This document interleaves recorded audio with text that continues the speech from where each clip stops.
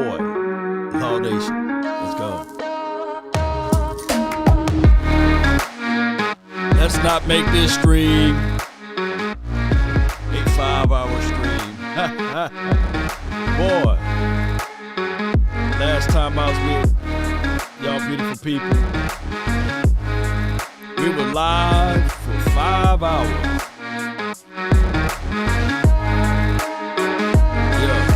Non-stop, no commercial break, right? Putting in overtime for your mind, for the nation. We were doing all of that, Cowboy Nation, for real, for real. But I appreciate your love, your adulations. But let's talk about the cons, the pros. Let's go. Yep. They say ain't no party like a Law Nation party. Yeah. Come on. What about the Cowboy party? Yeah, we party with the Cowboys too. Yeah. Come on, Cowboy Nation. I get it. We angry. We upset. Better days. Come on. 9 to 9. Come on, baby. BD Gray in the house. 5, 4, 3, 2, and 1. Let's go. Keith, what's good? I see you on the Facebook. Steven, Arthur. Bring it. We right here. What's up, everybody? Shout out to you, Jared. Appreciate you. Shout out to you, Devil Dog, Dre Day. I see you, fam. George, everybody that's tuning in. My name is Law Nation. Without hesitations nor deviations, I want you guys to tell that like button to do me a huge favor. Why don't y'all tell that like button to do this right here? Turn me up just a little bit. Come on. All right. Turn me down. Now, tell the like button to lean forward just a little bit right there. Yeah. That's how you get it started, baby. All right, Cowboy Nation. Yesterday was a up and down news, depending on who you root for. As far as if you're a Browns fan, you're probably looking at it like, yeah, we got us a wide receiver, and we didn't have to spend much for him because now they can take that money for whatever the offload contract is and spread it out, right? Since it's a trade, they don't have to pay him the money right then and there. And if you're a Cowboy fan, you're looking at it like, man, did we get fleeced? Who got the raw end of the stick, or the short straw, So it goes back and forth with that. And we as Cowboy fans, we understand collectively that the value of the trade, we just don't win out on trades, regardless. There's never been a trade since the Herschel Walker trade that we won, right? The Galloway trade, it was a mess. Some of y'all didn't remember that one. Oh, my goodness. The Roy Williams, not the safety, but the wide receiver deal. Oh, my goodness. Life like this, I wish raindrops would fall. Right? But, we here, Cowboy Nation, and the positive side of it is we do a pretty good job in drafting. Now, I did do a excerpt of, like, the players that we could have had with the first-round draft pick that we passed up on, right? The DK Metcalf, Deebo Samuel, a whole bunch of guys we could have had with that first-round draft pick. And that's hindsight 2020. That's a low blow, right? And I'm not trying to angle this to that. But when you're saying fleeced, there's this guy that had a video out 3.5 years ago. 3.5 years ago, and that was the name of the title. Did the Cowboys get fleeced by Gruden? And I was like, Nah, we're not going to go down that way, right? But at the end of the day, Cowboy Nation, it is what it is. The Dallas Cowboys, we find ourselves in this moment time and time again. What do we need to do in order to get ahead? What are we doing now? It's been 27 years. What's the deal? Is it the quarterback? Is it the running back? Is it the offensive line? What are the pieces that we're missing? A car without an engine can't roll. It looks good. That's why you say, pop that engine up. Let me see you. Let me see you up under it. And some of the old school people, will say, man, I never let you look up under that hood now. Come on, man. I don't want you to see what I got. Tyson says, is it the culture?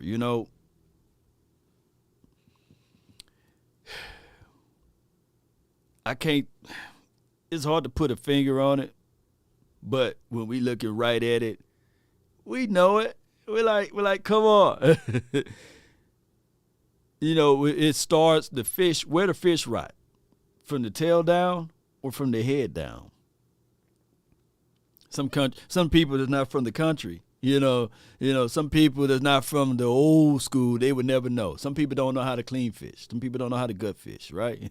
Some people don't know how to go fishing, but the fish rot from their head, And who is the head of this organization? Oh, no. Lord, come on. Oh, no. And I've seen, people say, well, it wasn't John Stephen Jones nor Jerry that missed tackles in the playoff, overthrew the quarterback that overthrew the receivers. That wasn't Jerry. Right? It wasn't him. Which valid points, right? But here's the reality of it. Let's play this audio from 3.5 years ago from this guy that's on CBS by the name of D.A., the D.A. show.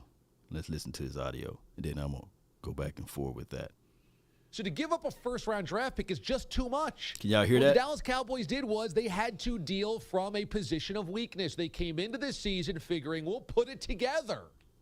We'll slap it together. We don't need Dez, and Jason Witten retired, and so we're going to put it together, tape it together, Tavon Austin and Alan Hearns. Big tape. Cole Beasley, and we'll figure it out. Well, what do we find out? That they didn't figure it out.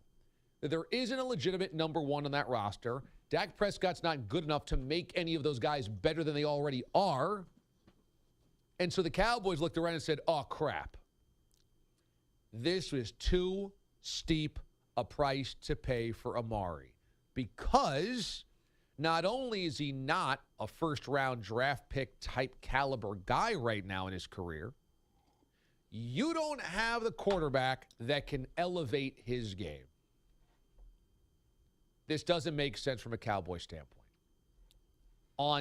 All right, so this was 3.5 years ago, and we only talking about this so we know where we're going, right? And I'm not finna beat up this Cowboys front office day. I'm not finna beat them up. They got their lashes yesterday for 5 hours, right? So this is DA, and this is before they got a chance to see Amari Cooper in the silver and blue. So for context, they don't know what he's going to look like. Shout out to you, Sugar Daddy. Thank you for the membership for 2 months now. It's 2 months strong in it. And I really appreciate you. And also, Andy, appreciate you, member for 6 months. And keep in mind, if you join the membership or if you join the Halftime app, you'll get entered into the drawing of winning this jersey right here. Yeah. Bring it. We right here, and we ain't going. Top of it, you get him for next year under contract, and he's pretty expensive. But then after that, you got to pay him. You're going to have to pay DeMarcus Lawrence in this offseason. Pro Bowl pass rusher. The Cowboys can't let him go. And now Dak and Zeke are going to come up in the next couple of years as well. So on offense, are you prepared to pay Dak and Zeke and Amari, and on defense, DeMarcus Lawrence and others? Is that where you want to spend your cash on a wide receiver that was good in his first 2 years, not great, and the last 2 years have been wildly underwhelming? The answer is no. There is nobody else in the NFL that would have traded a first-round draft pick for Amari Cooper. None. And so in that way, the Cowboys overpaid. The Cowboys overpaid. Is Amari Cooper potentially the best wide receiver they'll have on the roster? Yes. But you spend that first rounder in the offseason in the draft on a cheaper, better version of Amari Cooper, because as I said, you can find Amari Cooper in the draft. You can't find Khalil Mack in the draft.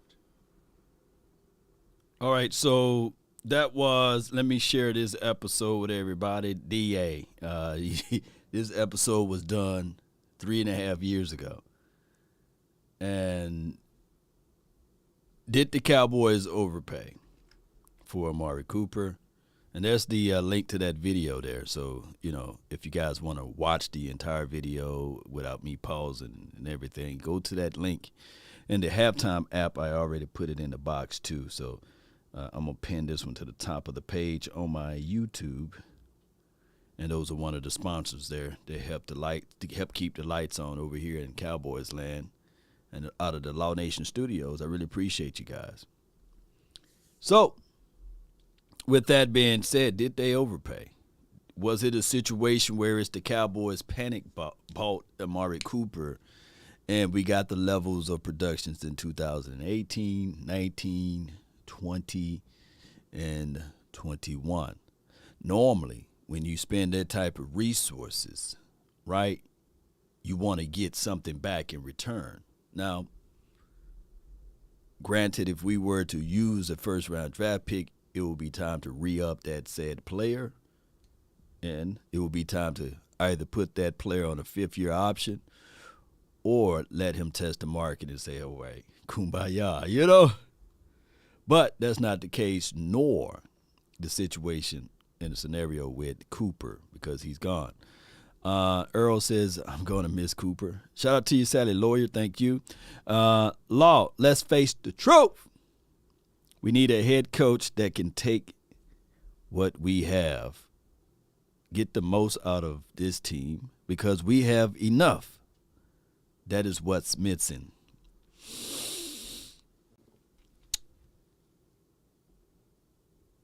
Are you not entertained? Are you not entertained? Coach Marv, you're right. Head coaching. Coaching is the ability to extract greatness out of people, right? To uncover the great design of the mind of every human being possible. Because there's greatness in everyone, right? There's flat out phenomenal ability. Somebody watching right now, multi-millionaire. Somebody right now that's in this news feed is going to leave this show and make millions of dollars, right? There's somebody right now have $1 billion ideal, but they got to harness it. They got to be able to pull it out, and that's what coaching is able to do. Coaches are able to look at something and extract the good parts out and minimize the inefficiencies. And the reason why I have at the top of this thing right here, if you look at the thumbnail, you see Tony Pollard and Lamb in the thumbnail. I put those two guys, I created this morning for two reasons. One, to showcase this is the future, Tony Pollard and CeeDee Lamb, right? There's no more Amari Cooper in the picture. There's no more. So I'm sorry. Ezekiel Elliott is still in the picture. If he is. And I think Ezekiel Elliott is a good guy. But the reason why I showed these guys the second thing, yes, they are the future, but also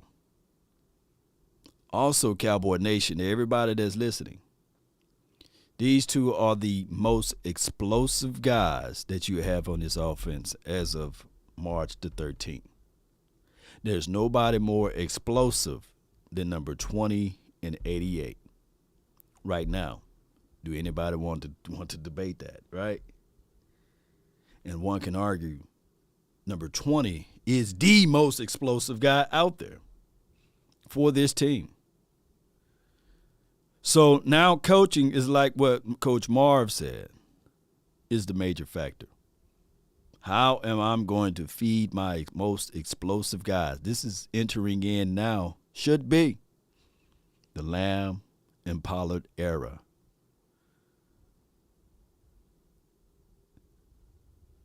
It got to be. Cowboys can't use this. We don't have money. Well, you got money now. It updated. We got money. And these two guys being the most explosive guys, you got to figure out, number one, if I'm the offensive coordinator, if I don't come up with a plan to utilize those two as the primary sources to win games for the explosiveness, then he need to step down. I was lying to you guys earlier about CeeDee Lamb. I was misquoting, misrepresenting him. I was lying about Lamb's ability to run the ball because I said whenever he run the ball, here's my lie, he was averaging 7.2 yards per tote. And I went and I started to go back and do the homework and study so I won't be speaking from a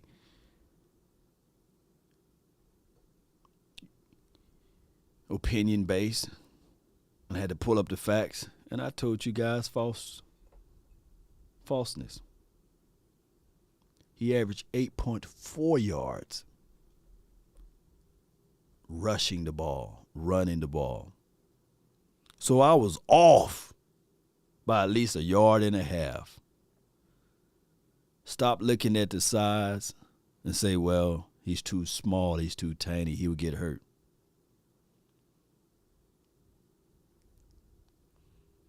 No.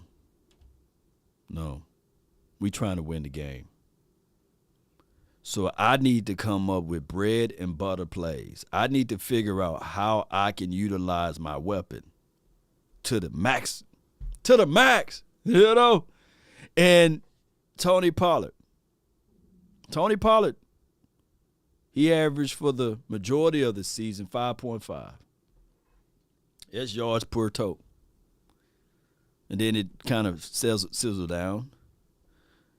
And this should not be the battleship of Ezekiel Elliott versus Tony Pollard. No, this shouldn't be that argument. It shouldn't be. Will it be fair competition to battle the two all throughout training camp or what have you? No.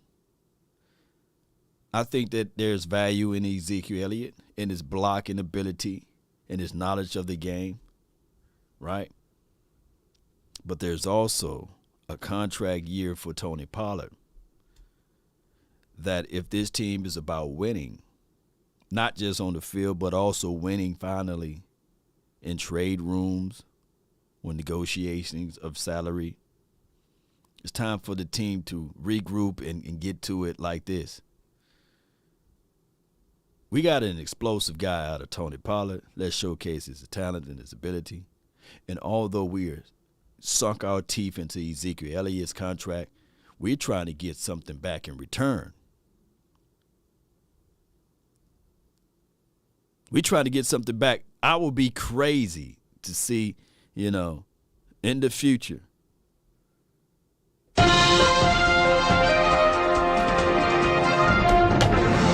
Breaking news out of Frisco, Texas. The Cowboys traded Tony Pollard for a 5th and a 6th round draft pick, looking to utilize those draft picks to find another Tony Pollard. we will have more news at 9. You know, I would be really peed off about that because that seems, and it tends to be the situation with the Cowboys, that we get those 5th and 6th round draft picks, or we get a 3rd or 4th compensatory. We rarely get 2nds and 1st. And I'll be really mad and angry if we do something else otherwise than that. Appreciate you, Christian. Appreciate you. Thank you. He says, Law, I don't get it. You don't get it. I feel you. I feel you. Lauren, appreciate you. Sean Payton is the answer as well. You know, the craziest thing about Sean Payton, for the love for him, is that he had a Hall of Famer quarterback in Drew Brees. And the patience that you guys got with him juxtaposed to the Cowboys is very crazy, because he went 7-9 3 years in a row. I can only imagine if we had a coach to take our team 7-9 3 years in a row. You see, everything looks good when it's not on our plate, but once it get on our plate, that's when we start to judge this team with the lenses of saying, hey, man, what's going on? Don't matter who we got as coaching. You got to figure out from the above. And then on top of that, you also got to know that just because that grass look green over there doesn't mean it is. But you guys have amnesia and say, that's 7-9. You start painting a picture and birthing a reality that is comfortable for that team to go 7-9 3 years in a row. And fail to realize this one thing I do get. If it was for the Cowboys, that 7-9, 7-9, 7-9 would have echoed even harder for us to see and hear. It would have been crazy. Oh, my gosh. Yeah. Was it 4 years, 4 seasons, 7-9, and 5 years is BD Gray? So, and this is another thing about Sean Payton. He would like to have some say-so on the GM stuff, too. So, I don't think that the Cowboys will relinquish that type of power. No. Speaking of that, Cowboy Nation, let's listen in to Brad Sham. He was on 105.3 The Fan. Those my guys. And let's listen in to him talk. They're good stuff. La'el Collins would count $15 million against the cap, but he's only making $10 million.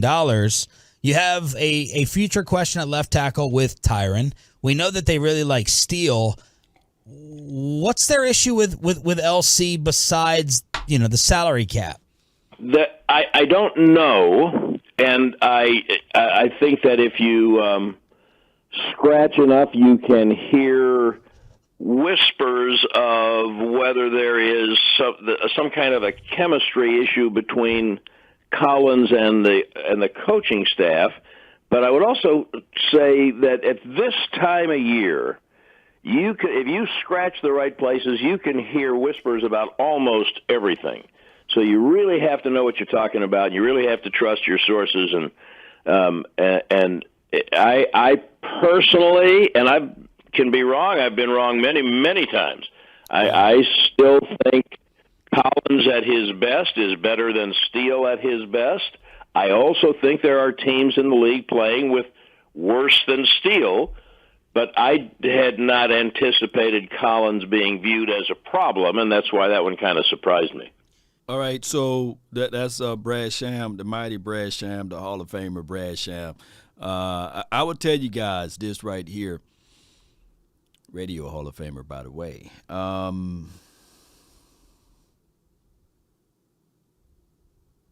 Somebody in that front office is upset at not the ability to play from La'el Collins. Because when we re-examine everything and we do our homework, we'll see that, okay, 19 was your best year, dog. That's your best set of cards. 18, we literally saw you develop in 18 and got better as the year go. But the only thing you can hang your hat on is 19, bro. It's the year 2022. You know, that's a long time from here. You know, in 2020, you came in out of shape, right? You had the car wreck or what have you. We get that. The hip thing and, you know, the hip bone connected to the backbone type of situation. And now we're looking at La'el Collins like, hey, when will you be reliable? We gave you money and you just didn't play. One can argue that, shoot, we had to take the kid too soon and throw him into the deep end of the waters. And that's Terrence Steele. For us to ultimately do that a second time around, but he survived in 2021, last season, because of your integrity issues. So it's hard-pressed for me to think that nobody in that locker room, nobody is not feeling ill will of La'el Collins. Somebody is messed up in the head if they think that that's not the case in the scenario.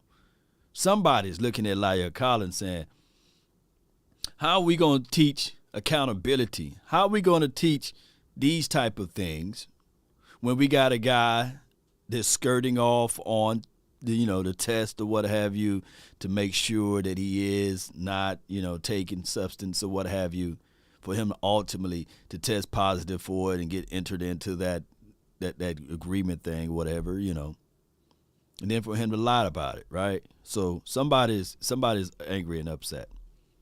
Somebody. And the Cowboys are willing to trade him to save $1.3 million against the cap for this season. And what, we going to get peanuts in return? Because we already announced the trade or cut situation. And if I'm a team, I'm looking at it like,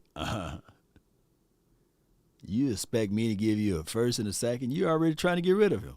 I see your move before it happened. I'm not finna do this. So the Cowboys, once again, would get fleeced. Because we end up moving on from La'el Collins for a 4th, 5th, or 6th round draft pick.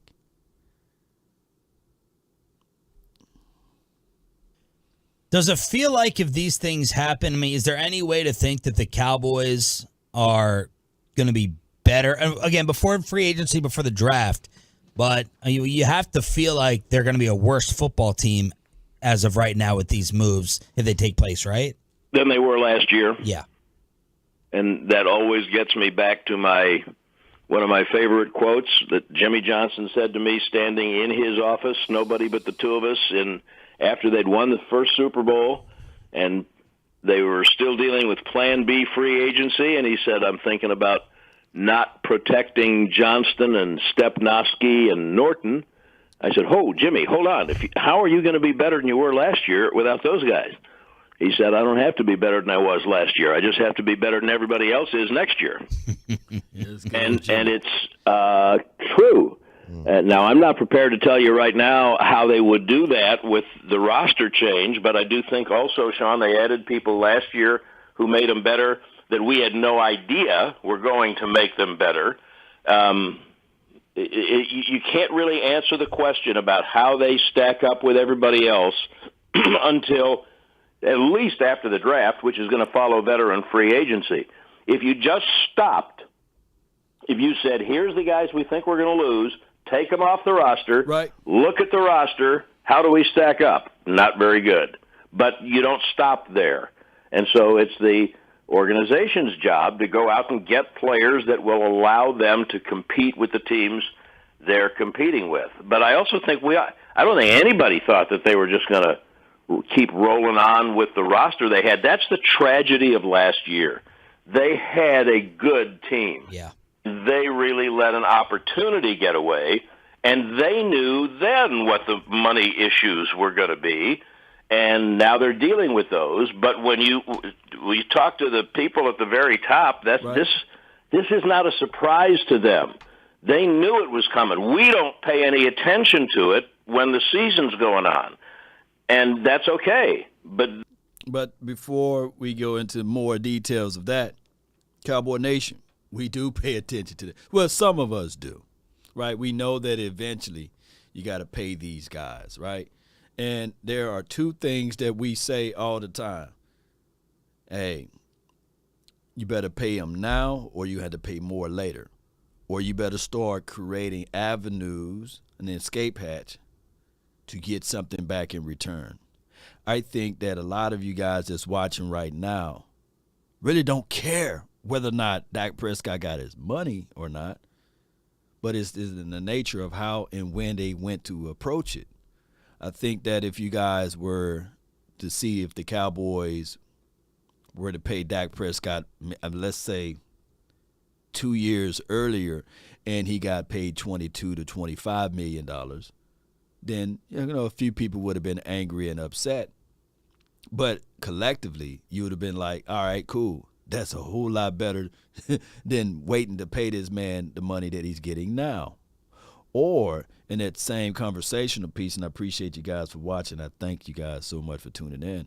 In that same conversational piece, the same could be said if you put tenders, if we got something back from these guys. For example, if we were to get a first-round draft pick or a second-round draft pick for what's the guy named DeMarcus Lawrence, instead of paying him, then I'm quite sure that burden, that weight, that pressure wouldn't felt as much as it feels right now.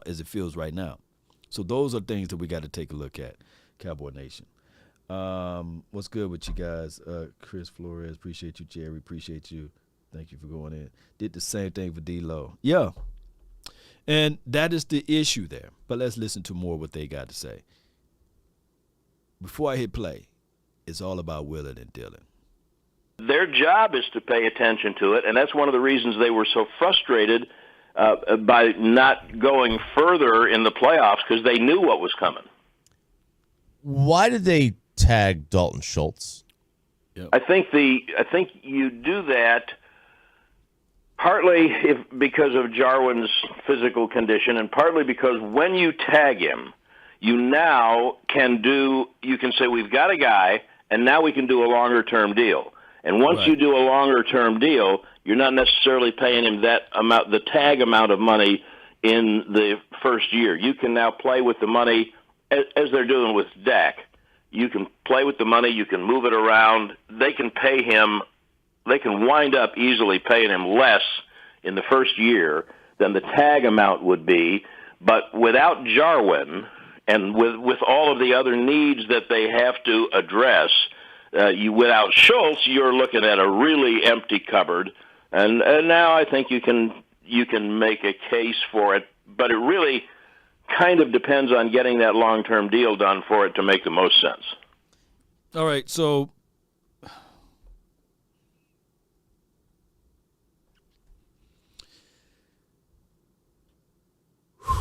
let me break this one down. The Dalton Schultz situation.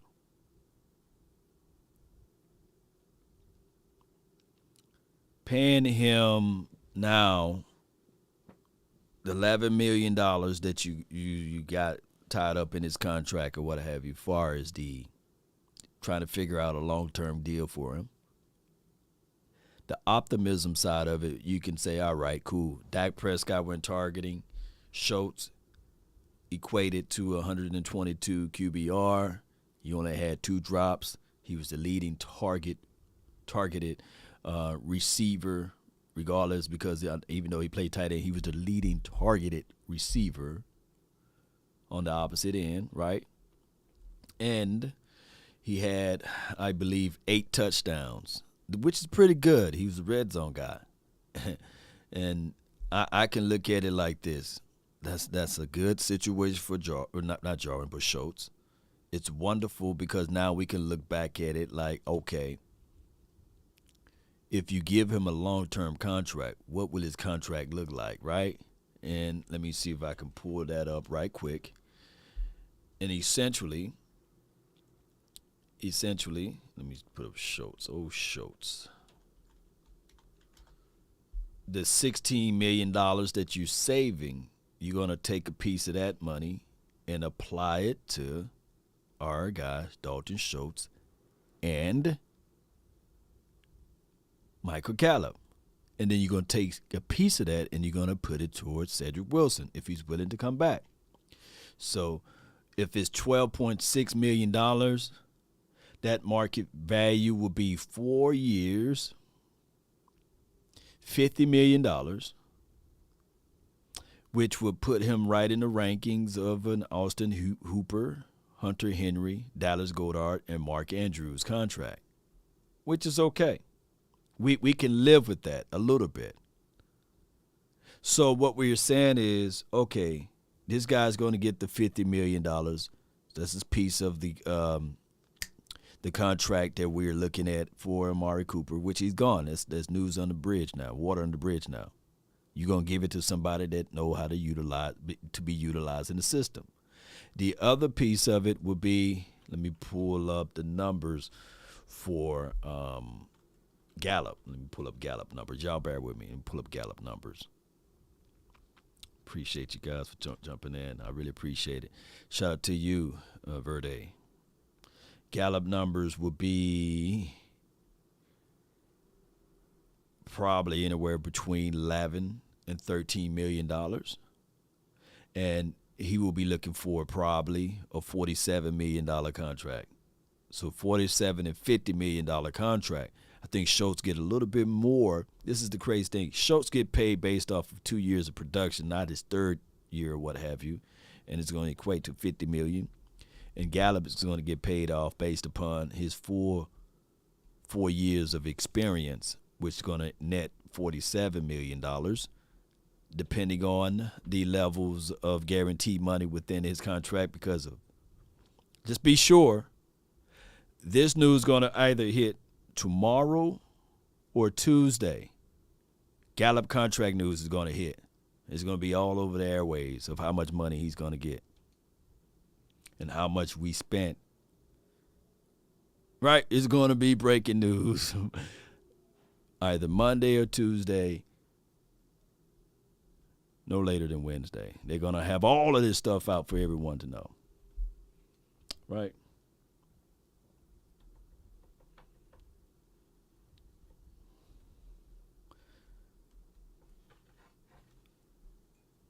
Isaac, appreciate you, man. For some reason, my chat is only pulling up to Facebook, but I appreciate the Facebook. But let's talk about this. Let's hit the rest of this, and then I'm going to show you guys. I've been trying to figure this thing out and build a plane while it's in the air, but it's all good. I love y'all. Let's go. And by the way, I think he can block better than he did last year. I think he's been a better blocker. You know, RJ, I keep thinking back to San Francisco. I really want to see them do a better job of coaching the running game. And I've said this before, and I hope people hear what I'm saying. The 5 guys in the offensive line that Dallas and San Francisco put on the field in that playoff game, not the way they played that day. Big picture, 30,000 feet. San Francisco's were not markedly better than Dallas's 5 guys, but they sure played better. That included the way they used a fullback and a tight end in the running game. They can't use Schultz that way in the running game unless he blocks better, and that's another coaching challenge. They've got to get him back to being the blocker he looked like he was the first couple of years, and keep him at a level of receiver that he has proven that he is, and I think that's doable. All right, so let me say this right quick. And it goes all the way back to Coach Marr's point. Like, we got to have better coaching in order for this thing to change. I mean, all of a sudden, how can I put this? Can a lion become vegan, right? A lion is a lion. The lion doesn't say, well, I'm going to become vegan. I'm not going to eat meat anymore. I'm going to become a vegetarian, basically. We're going to start eating the lettuce and tomatoes, and we just going to fall back and not do the gazelle, although that gazelle looks good. But I ain't finna go eat that gazelle.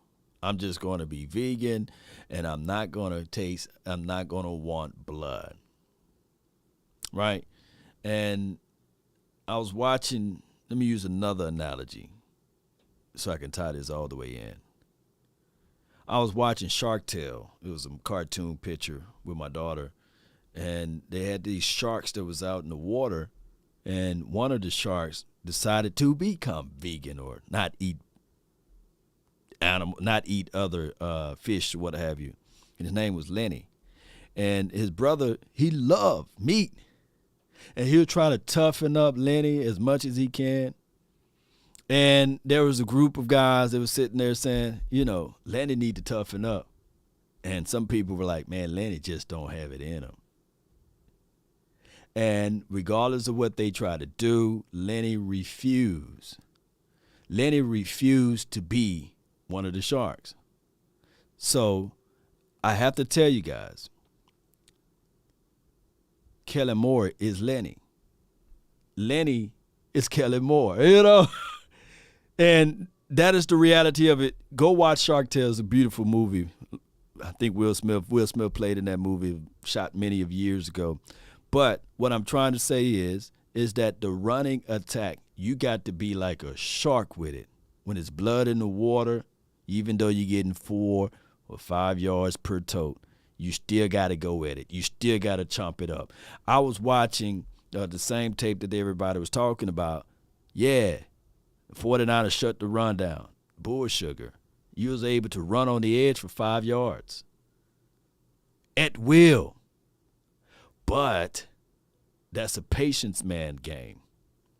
That's a situation whereas I'm going to take a little bit at a time so that I can get you up out of the defense that you're running, and then I can go back to my play action plays. I can hit you down the seam. I can take advantages of the situation. But no, we greedy. It is what it is. Dak is way better than an average. I don't know why people are hating on Dak so much. And this is from Barnes. I mean, frustration goes so many ways, right? Just like people will allow the fake news to be spread. Amari Cooper called Dak Prescott the black Kirk Cousins, right? And that's supposed to be a negative connotation, right? If Dak Prescott was called the black Matthew Stafford, would it have been the same until this last year? Who is a better thrower of the ball, Kirk Cousins or Matthew Stafford? Or was Kirk Cousins placed in a different situation than, dare I say, of a Matthew Stafford? But see, now there's a rekindle of a new love affair for Matthew Stafford. Why? He got a Super Bowl. But 12 years, for 12 years, right, Matthew Stafford was the butt end to a lot of people's jokes, even out of Detroit land. He's the guy that can't win the big games. They mocked him. They ridiculed him. And now there's a third of the Detroit fans saying, damn, man, we should have kept him. He wasn't the issue, but they open their eyes up now. And he placed in a different team, in a different environment. Right? So people with low-line football IQ will point at one part of the situation. Matthew Stafford, he was the issue in Detroit.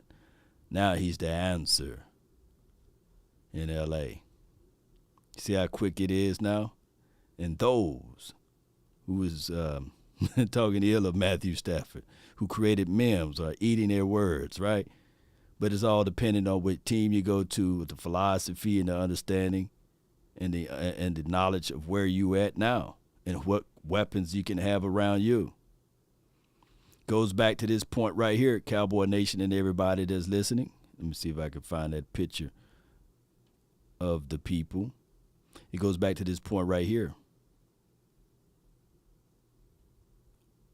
If you pick Sean McVay and you put him on the Detroit team for all of those years, would it have still been the same? It goes back to what Coach Marv was talking about, coaching.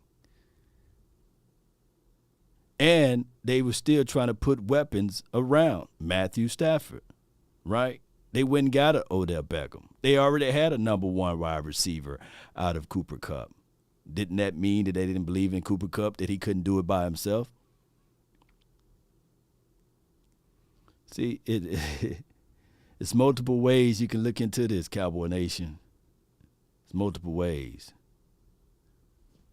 Let me see if I can find this photo right quick before we get to the next segment.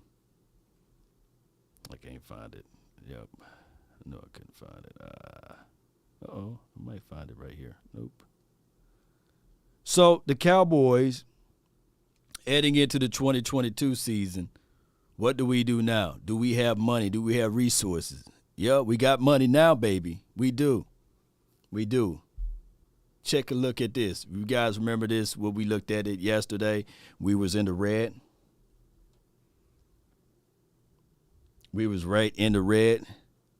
Now look at it. We got $19 million, baby.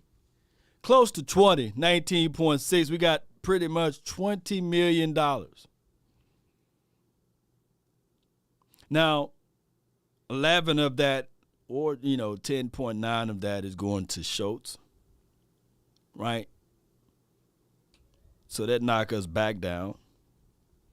And we got to figure out whatever contract you develop and draw up for our guy, Michael Gallup, is the other end of it. $10 to $12 million to Gallup. So that money, let's go. It put us right back at $1 million, right? And we can all see this. Let me see if I can pull this up bigger in another light. Give me 1 second here, Cowboy Nation. Let me see what we can do. Let's see what we can do. Because this is something that we have to take a look at. Let me see how long I've been live. Okay, I've been live. Good. Bam. Let's go look at this. The tracker. And let's just double check it. Yeah, we got, it's the Cowboys right here. And we got about 18 million there. We give you right at 18.4. So the Cowboys, we looking right at this thing, and this is the Cowboys, of course. Make sure I got everything lined up. Okay. Who we going to go get? Who we going to go grab in this particular free agency since we got money, since we got remunerations, dollar signs? Where them dollars at, baby? Because we all know, for one thing,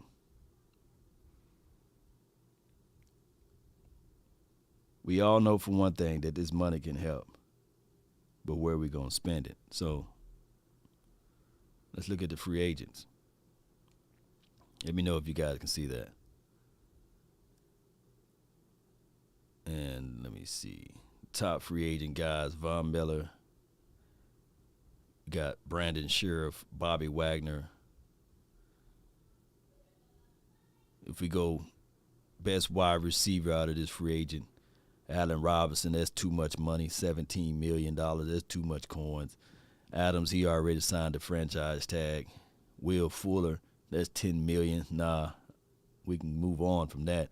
T.Y., he want $8 million according to his market. A.J., that dude long in the tooth, right?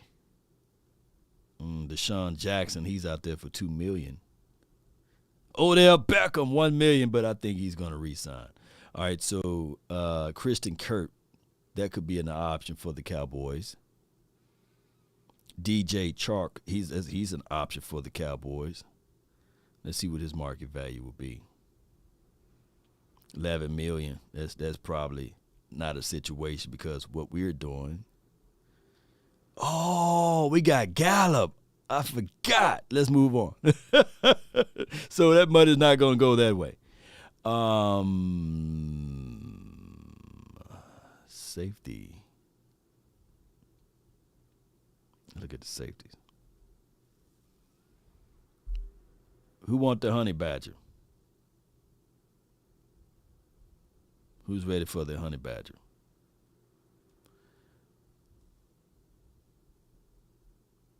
Is that too much money? You know, the honey badger. Nah, that's too much money. He's won $14 million, so they put an X on that. With Courtney, put an X on that. That's $11 million. Marcus Williams, let's put an X on that. Marcus May, $10 million. Let's see what his market value is. Let's see.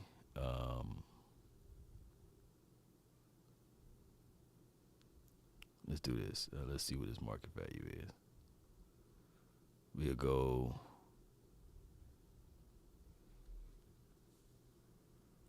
$7 million, 7.4. I don't think we'll do that. That's too much money. So let's put an X on that. They ain't gonna do that. I like this Quandre Diggs, but he's 29. He had 5 interceptions last season at $6 million. That probably work, but he's 29. Who want Diggs on his team? Now, Kareem, he had 1 interception. He's 33 years of age, so that's an X on Kareem Jackson. They're not finna pick up a 33-year-old safety, strong safety. They're not finna do that. Keanu Neal, bring him back for a cup of coffee, $4 million. You can probably work out a deal to keep him at bay, right? Let's see, Jabril Peppers. He's 26 years of age.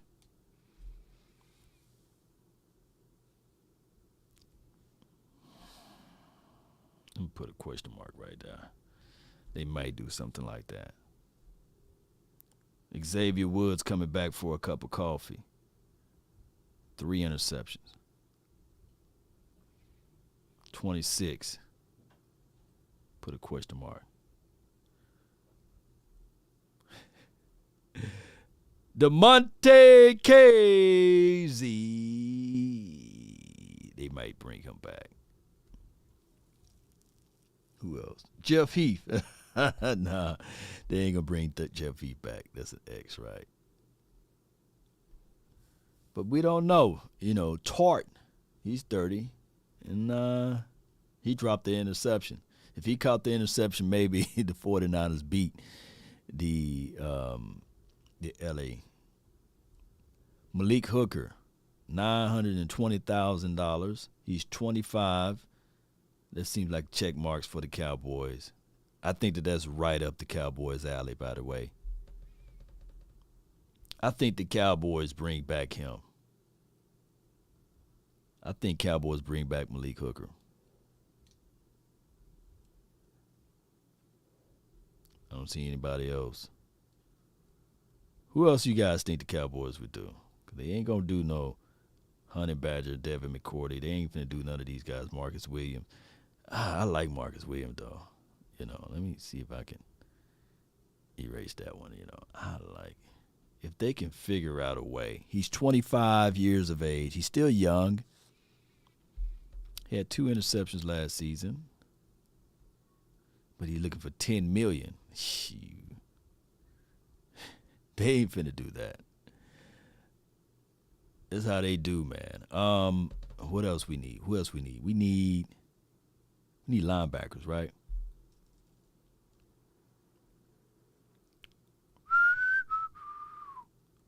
Chandler Jones, Bobby Wagner. This is right up their alley, right here. Anthony Hitchens. He's going to come in, and I think that's where they're going to go. Anthony Hitchens. Is it Jordan Hicks? He's 30. Anthony is right at 29.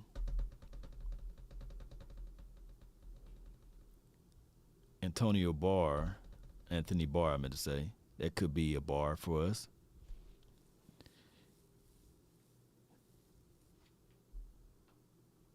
KJ Wright.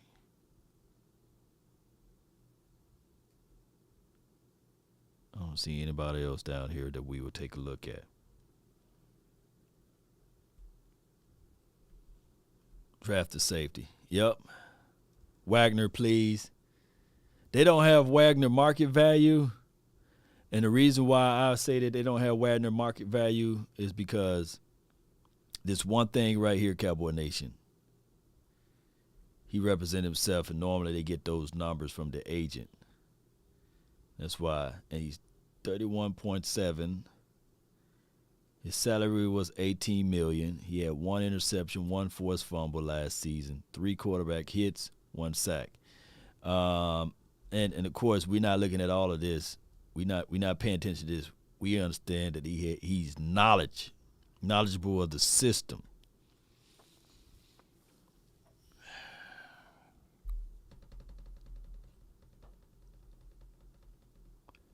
We got money now. We do. We got money. We got money. Like I said, we got money. Got $18 million, man. We can spread that thing out.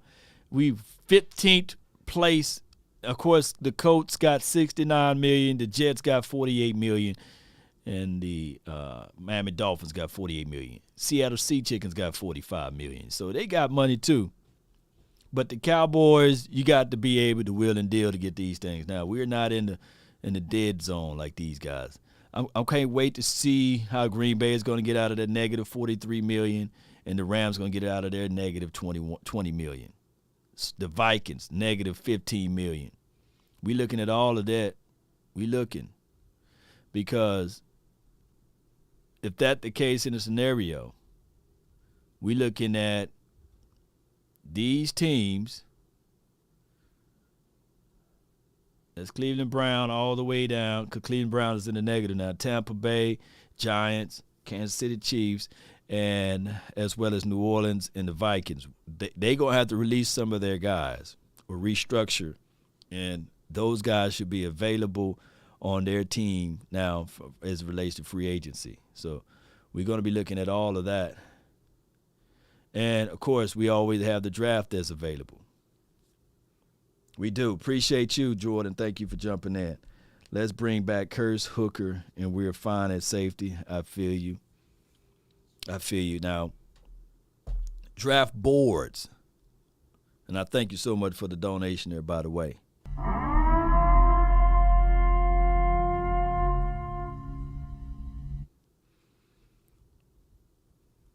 This is Pro Football Focus. There's their big board, big picture, and this is how they have these guys ranked based upon their specific grades from college or what have you, and some of what they did in the combine. So you can take this with a grain of salt. And number 1 on their board, this is their board, not our board, not my board, and I don't have a draft board. I'm not a draft guy.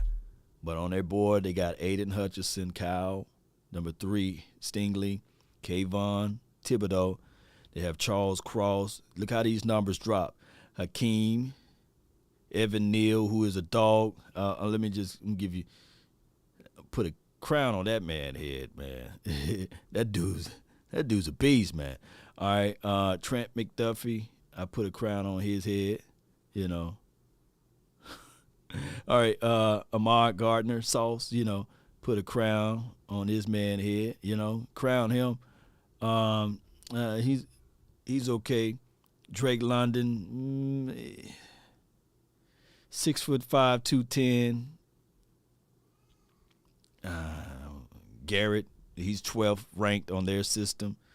Shout out to him. Bernhard Rodman, he's good. Trayvon Walker, Devin Lloyd, Jameson, you know, he's another one of those guys that I got a chance to really like his film. You know, I like his film. Devontae Wyatt, I like his film. He's a good guy. Nakobe Dean in this particular system with the Cowboys, we can rock with that. But I'm looking at trenches. But you know, he get a check mark for me. This guy get a check mark for me. This guy get a check mark for me. Chris, this guy get a check mark for me. Sam Howell, this guy get a check mark for me. I get a big old question mark for him. Check mark.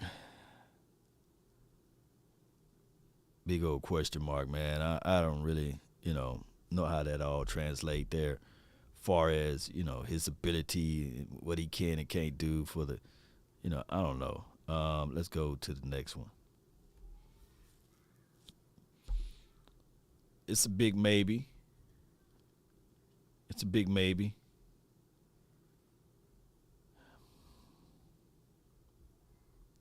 Big maybe for him.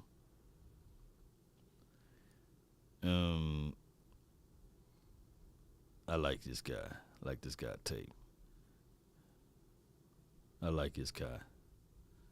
Treylon Burks. He's pretty good.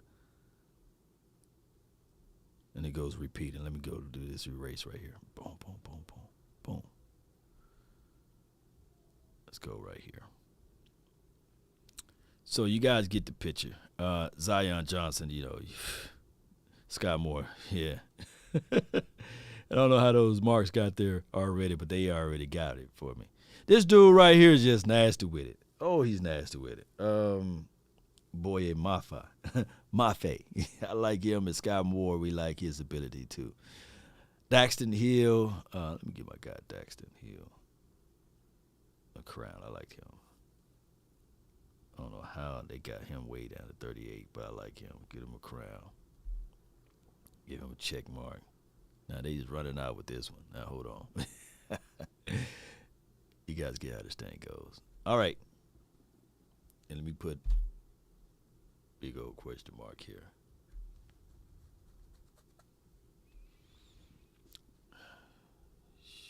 Ooh, that boy can catch everything thrown his way right there. Jahan Dotson. Oh my God, that dude. And this is my guy right here. This guy right here is so underrated. Yeah.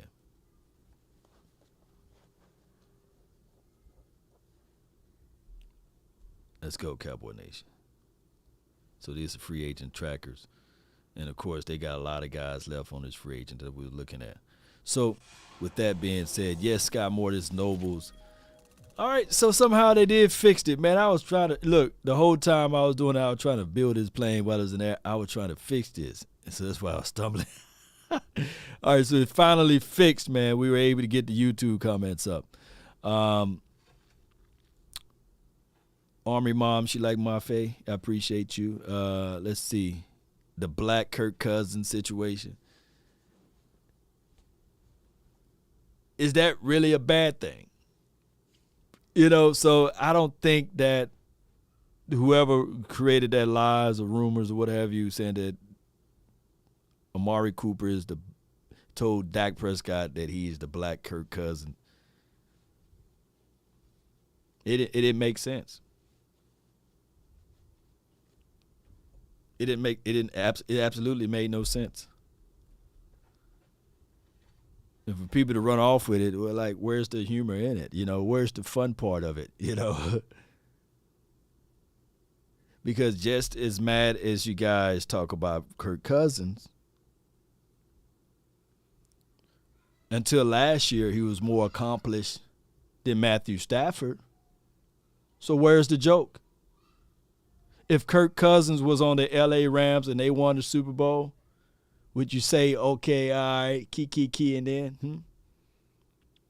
What did Matthew Stafford would have done differently if he was on the Vikings, right? And Kirk Cousins was on the LA Rams? You think that the LA Rams wouldn't have still been able to win the Super Bowl? So the egg and the joke is on the person that thought that there was humor and saying that Dak Prescott is the black Kirk Cousins. It's low IQ move. It's just crazy. Because everybody need to be a team. Everybody need to be on a team. Everybody need to be on a team that's surrounded by weapons. We don't know how Joe Montana's career would have looked like without Roger Craig, right? Without Jerry Rice, right? We just don't know how the birth of Troy Aikman's career on how well it looked without an Emmitt Smith, without the playmaker.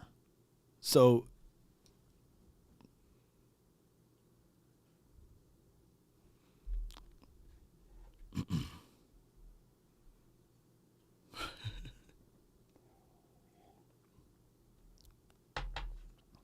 Now, Ricardo said, now he's the Black Tebow. Now that would be a situation whereas we could say, all right, cool.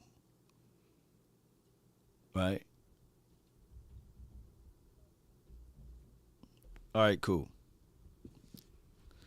But there's no stats that can support that in any category.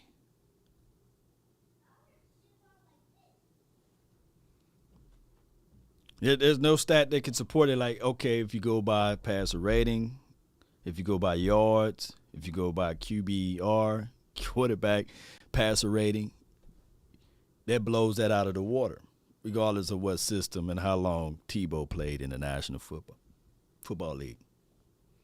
But if you go into, okay, playoff wins, then you can lump a lot of quarterbacks in there because Tebow do have a playoff win. They do.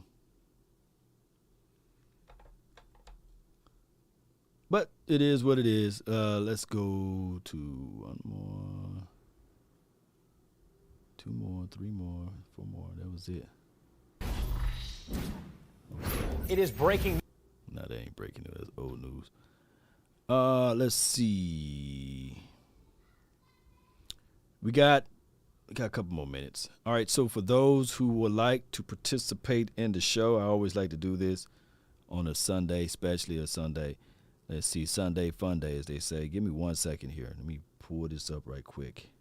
Boom, boom, boom, boom, boom, boom, boom, boom, boom, boom, boom.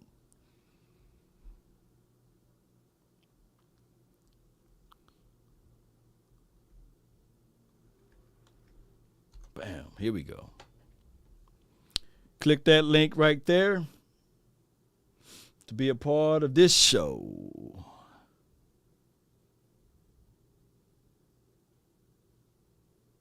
Place pen.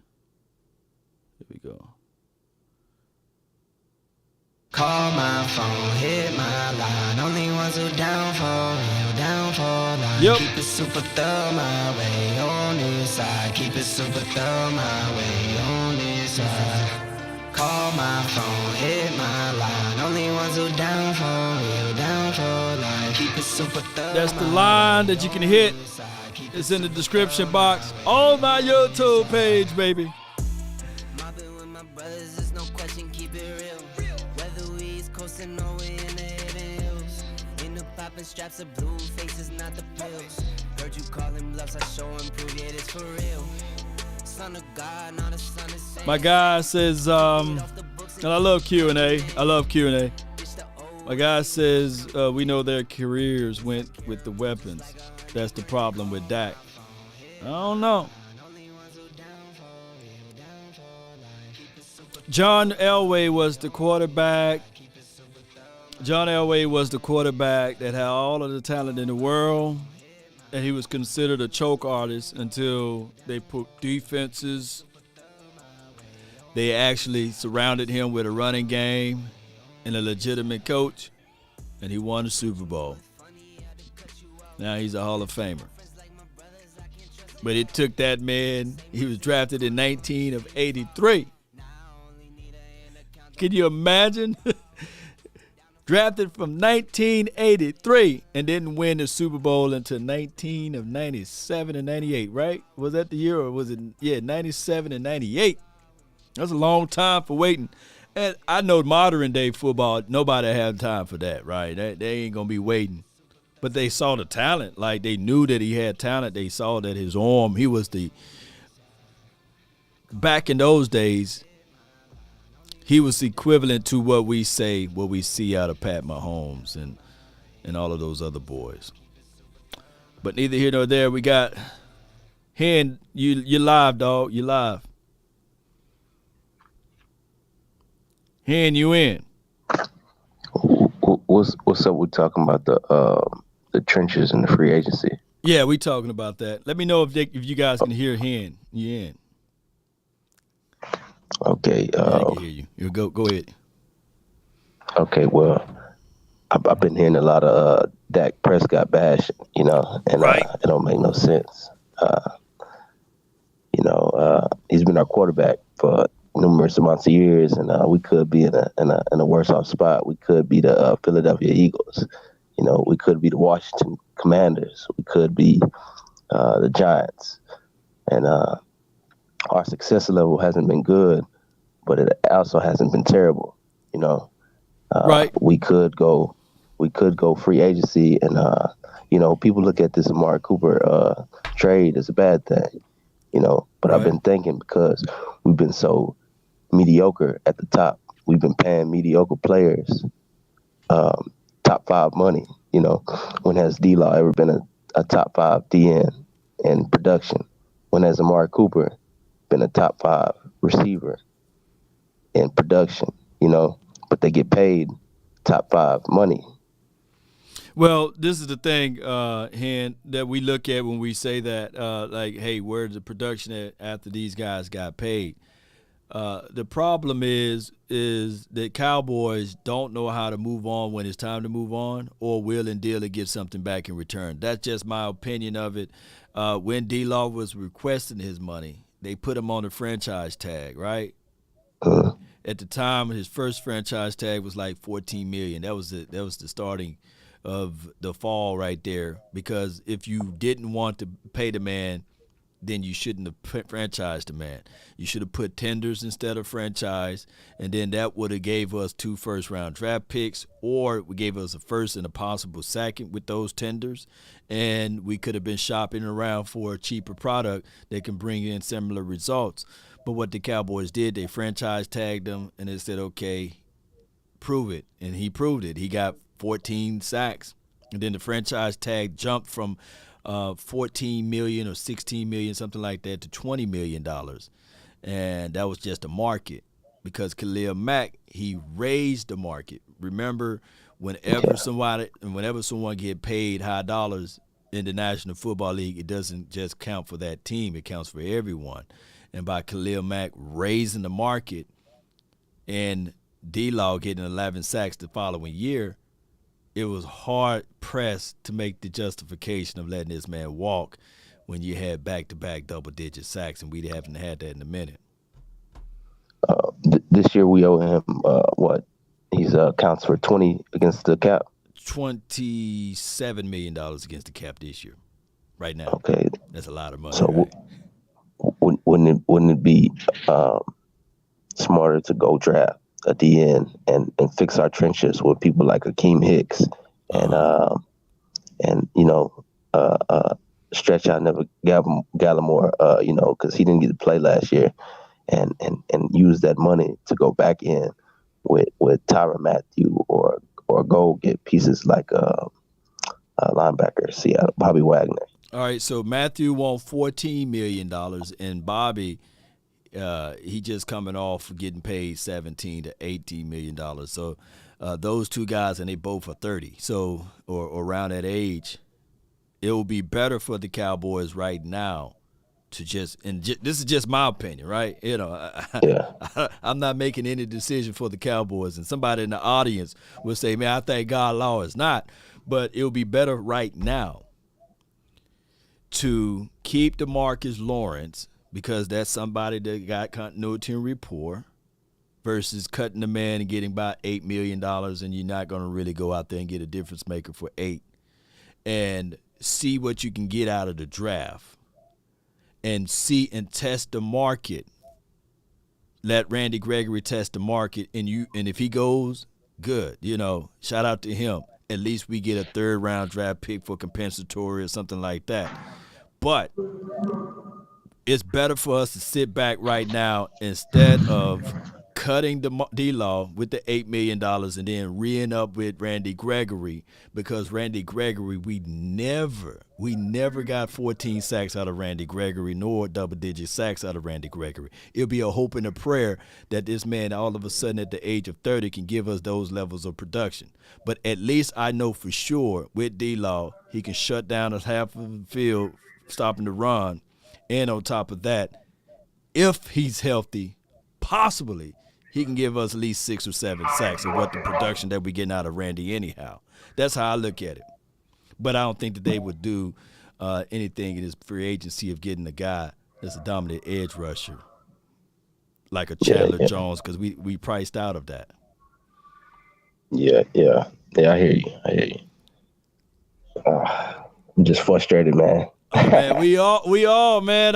This is the price of doing business. Now, in a perfect world, the Cowboys would have utilized, like, pretty much, I think after 2018, the Cowboys would have, in a perfect world, they would have put D-Law on the trading blocks then and said, hey, man, this is a guy, we made it to the playoff or what have you. He was inserted back onto the team.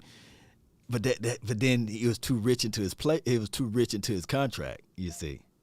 Yeah. But in the perfect world, we would have traded D-Law, right, for a first or a second. Or right now, look at Khalil Mack. The Chargers gave the Chicago Bears a second round and a 6th round draft pick, and all Khalil Mack did last season was 5 sacks or 6 sacks. Yeah, but how much do you think that Akeem Hicks is going to cost? He's Akeem older. Hicks? Yeah. Let me see. Let me pull up his deal right here, and we'll let JT jump in too. Hold on. Let me pull up his market value. Give me 1 second here. Hicks, I think it's going to be probably Akeem. It's Akeem with an A, right? Yeah. Yep, Akeem. Give me 1 second. It's pulling up now. I think somebody already got it down there. I think they saying 12. I trust you, Blake. 12 milli. But let me verify. This website always slow around this time. But if it's 12 million, we could probably squeeze it. But how old is Akeem, y'all? Y'all put it in the chat. Here it is. 34. No, he's 32. So yeah, it's a long two. Nah, they wrong. His market value is 5.5. Yeah, and that's we ain't right up the alley. We ain't got a run stopper like that. I mean, you pick him up, but the only thing is that's a long tooth, man. That's 32, same age as Bobby, but he's a little bit bigger, and I don't know, man. But dog, I would love to see him on this team, though. There'll be a 2-year, $11 million deal. We use him on third, on first and second down rotationally. You know what I mean? He can fit. Hell yeah, he can fit. For 32. Let me see. With Carlos Watkins, he did okay. Caught an interception, pick 6. It was his best season. You can go cheaper with Carlos Watkins, but I think you're not gonna get that run support. But you're not gonna get that support like Akeem, man. I can't even placate that. Yeah, but he is 32, man, and we'll find out, man, what the Cowboys would do during this free agency. But I believe this is a long man's game, and what the Cowboys should do is wait after the draft to get anybody that's over 30. That's the thing. You got to wait after the draft because there will be more and more guys. There'll be more and more guys that's going to get released from their team, and it's going to be cheaper. Their price is going down every day. That's what we've been doing. We've been getting stuck with Jared McCoy's and what's my man that came in 360. It was Brent Urban. Yeah, Brent Urban. I mean, and that's just unfortunately. That's where we are painted. That's where our back is against the wall at right now because there's no other way that I can make the justification if I can go get Akeem now, right? And I have a Jordan Davis to fall right to me at 24, or if I have a Travis Jones or somebody like that to fall to me, and now I got to cut old boy, you know what I'm saying, to make room.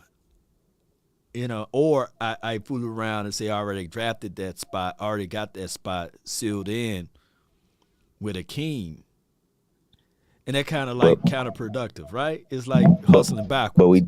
But we do have bigger needs, because right now we have a borderline number 1 receiver, and we're going to need another one. And our linebacker room is pretty weak right now, Yeah, but here's my only thing. As much as I'm going to try to keep it positive as possible, man, Han, the Jones family may be looking at this thing like you saw how Terrence Steele developed from one year to the next, right? Yeah. one can argue that Semi Fehoko can be that same guy. That all of a sudden, and this is just wishful thinking law, right? This is me trying to be positive. Is that all of a sudden the tape that I saw out of the guy Semi can translate now to the NFL, and he could be lighting this thing up. He can be one of those hybrid guys that say, "Hey, man, remember last year he was nobody," that really stood out. Now, whole off season, he's back to his normal size and weight. He's more familiar with the system, and Semi can light this thing on fire. I thought they were trying to make him into a tight end. I mean, a hybrid tight end. Hybrid, yeah, they're making it to a hybrid. So he got the size. He's 6'4", and he played in college at 232. And they said, according to the information that I read, they wanted him to get down to 215, 216-ish, you know. So he had to lose 15 pounds. So now he can go back to his playing weight of 230.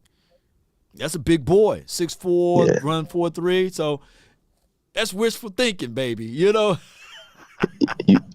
Have you looked at his tape? You've seen issues with balance. Balance. He doesn't stay up. Yeah, he doesn't stay up well after the catch. Balance with a new wide receiver coach. Maybe in his jab step at the top of his route, he can be more aggressive, shift body weight. You know, it could be so many different angles to his game that he can improve in from year 1 to year 2. Look, nobody knew that Terrell Owens all of a sudden is going to light the league on fire, right? They just knew that he had size, and this dude from Chattanooga, you know? Chattanooga, you know? I mean, dude, remember he caught that pass? He had the bracelets all in his mouth, but he learned under Jerry Rice, you know? And but they already knew that he had the physical size, but they didn't know that he had the temperaments to develop that quickly. Yeah. So trust the process. There was some people saying, look, my brother's in there. Hey, Twin Maker, you know where the link is. Hit the link. But I appreciate you, Hen. All right. Appreciate you. Well, certainly, man. Look, you know, that's what we got to do at this point. That's what we got to do. All right, let me get my guy JT in the house, man. JT, you live. Yeah, can you hear me? Yep, you live in the flesh, man. We can hear you. We can see the top of your head, by the way. You know, you ain't in the camera, man. What's going on with you, man? You all right? Yeah, I'm good, man. Just 3 things. Number 1 is something we've already talked about. The Amari Cooper trade was horrible. Facts. Like, honestly, and I put this in the chat. If it wasn't a 3rd round pick, at least they should have hung up the phone.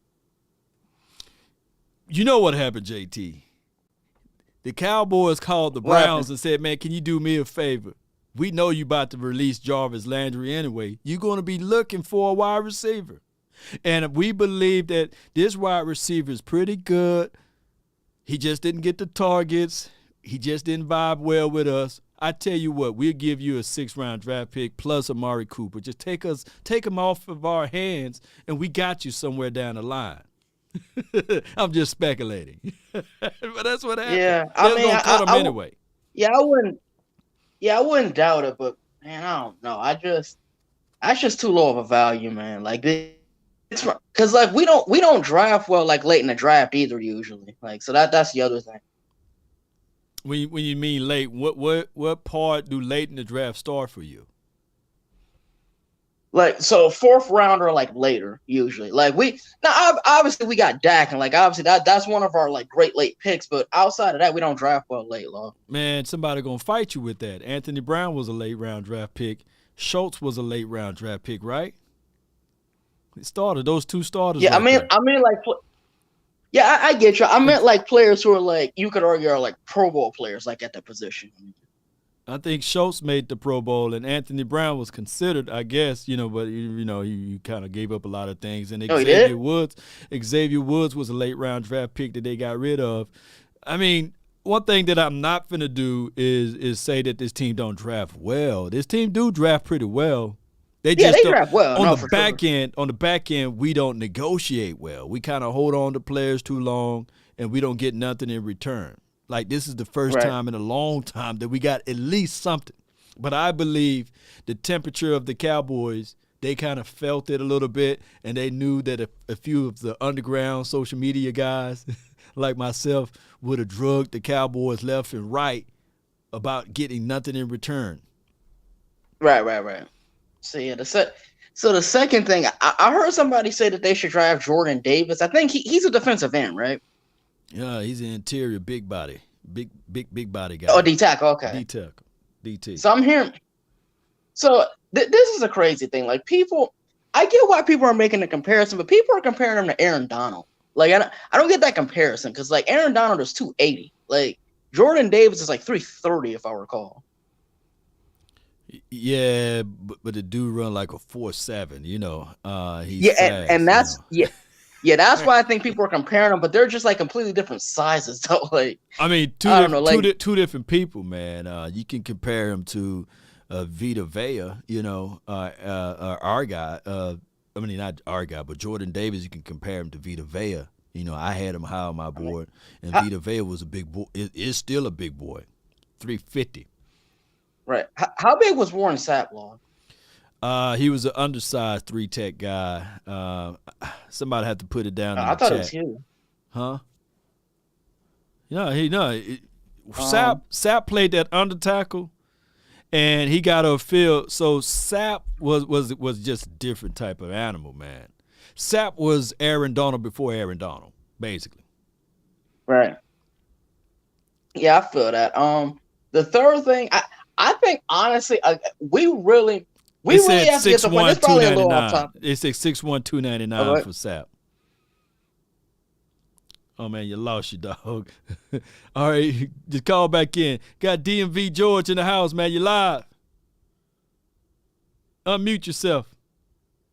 Yo, you hear me? Yeah, man. What's good, man? What's good? Everything, man. I'm just looking. I think people have been talking about draft picks where we could fill these key positions, like replacing DeMarcus Lawrence. I think Mike McCarthy won't be here for that long to be developing players that build that much pedigree. I feel like if we don't win a Super Bowl soon, he's not going to be here. Right. And I think we need to be trying to build super teams now because I feel like super teams are really the way to go if you want to win Super Bowls now. Right. And that's kind of hard to do with our cap situation. But, I mean, I feel like we have enough money where we can stretch it. That's why I don't like people like hating on the Amari Cooper trade because it wasn't just a trade for a 5th-round pick. It was a trade for almost $20 million in cap space. So, say it again. I don't like people hating that we just got a 5th-round pick for Amari Cooper. We didn't just get a 5th-round pick. We got cap relief for him, and that could be technically a trade for if we go and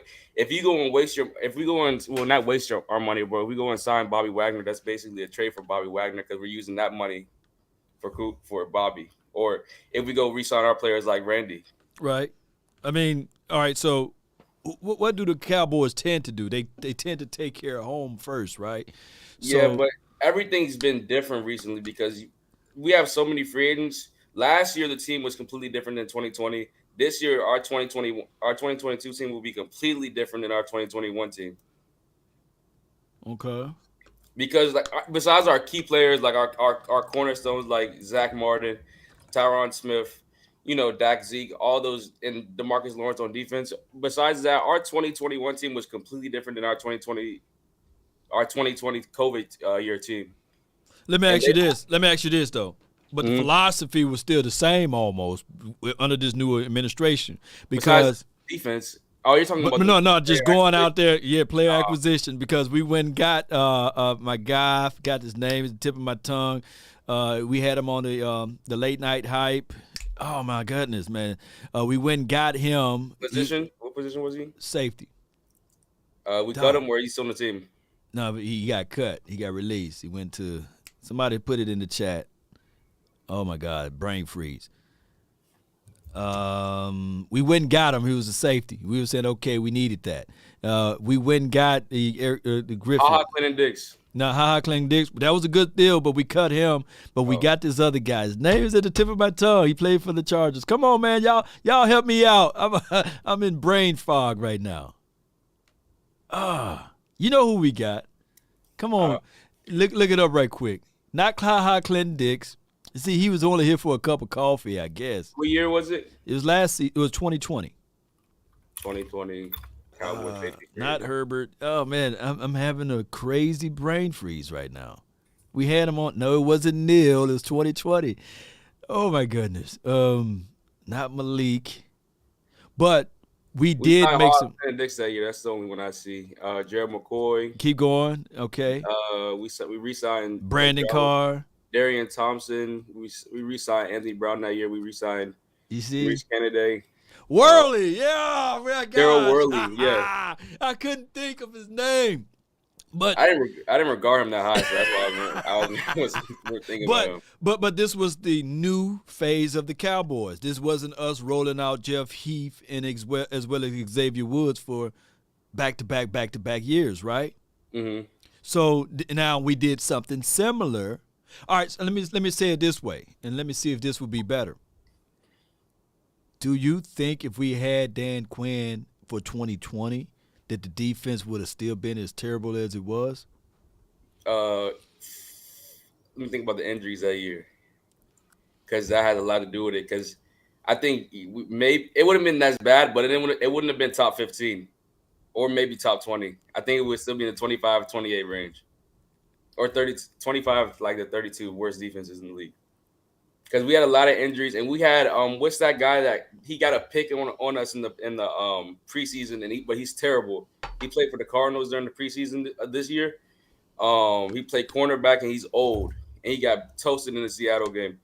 And you know the double move clip that they always show of Hollywood Brown from the 2020 season. It was on him too. What is his name? He's horrible, and he was our starting corner. He was over Anthony Brown and Trayvon Diggs at one point. Anthony Cheeto Woozy? No.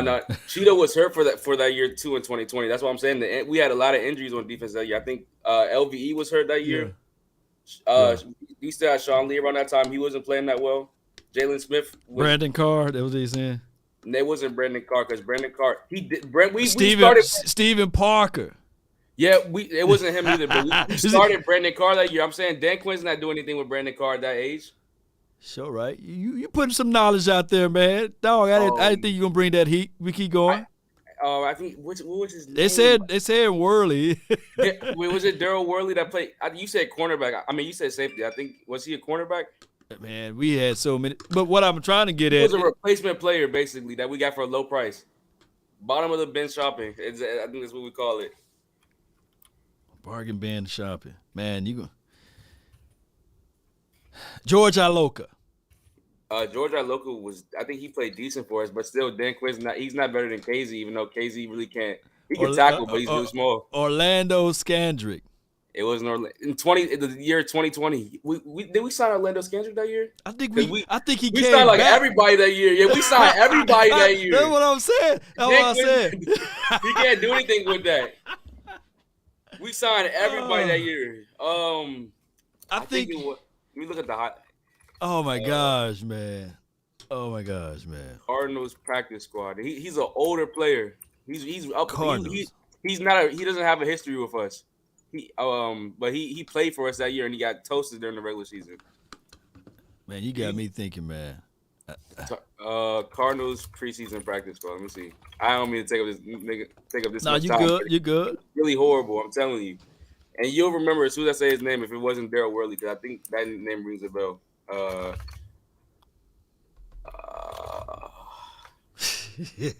Boy, you got his own thinking. Boy, we all have brain teeth. But this is the thing. Let's just look at the philosophy then. Let's look at the philosophy aspect of it. So the Cowboys brought in a lot of C and D players, right? Yes. So that was all of those moves done before the draft or after the draft? After the draft, I'm pretty sure, because we didn't find what we wanted in the draft.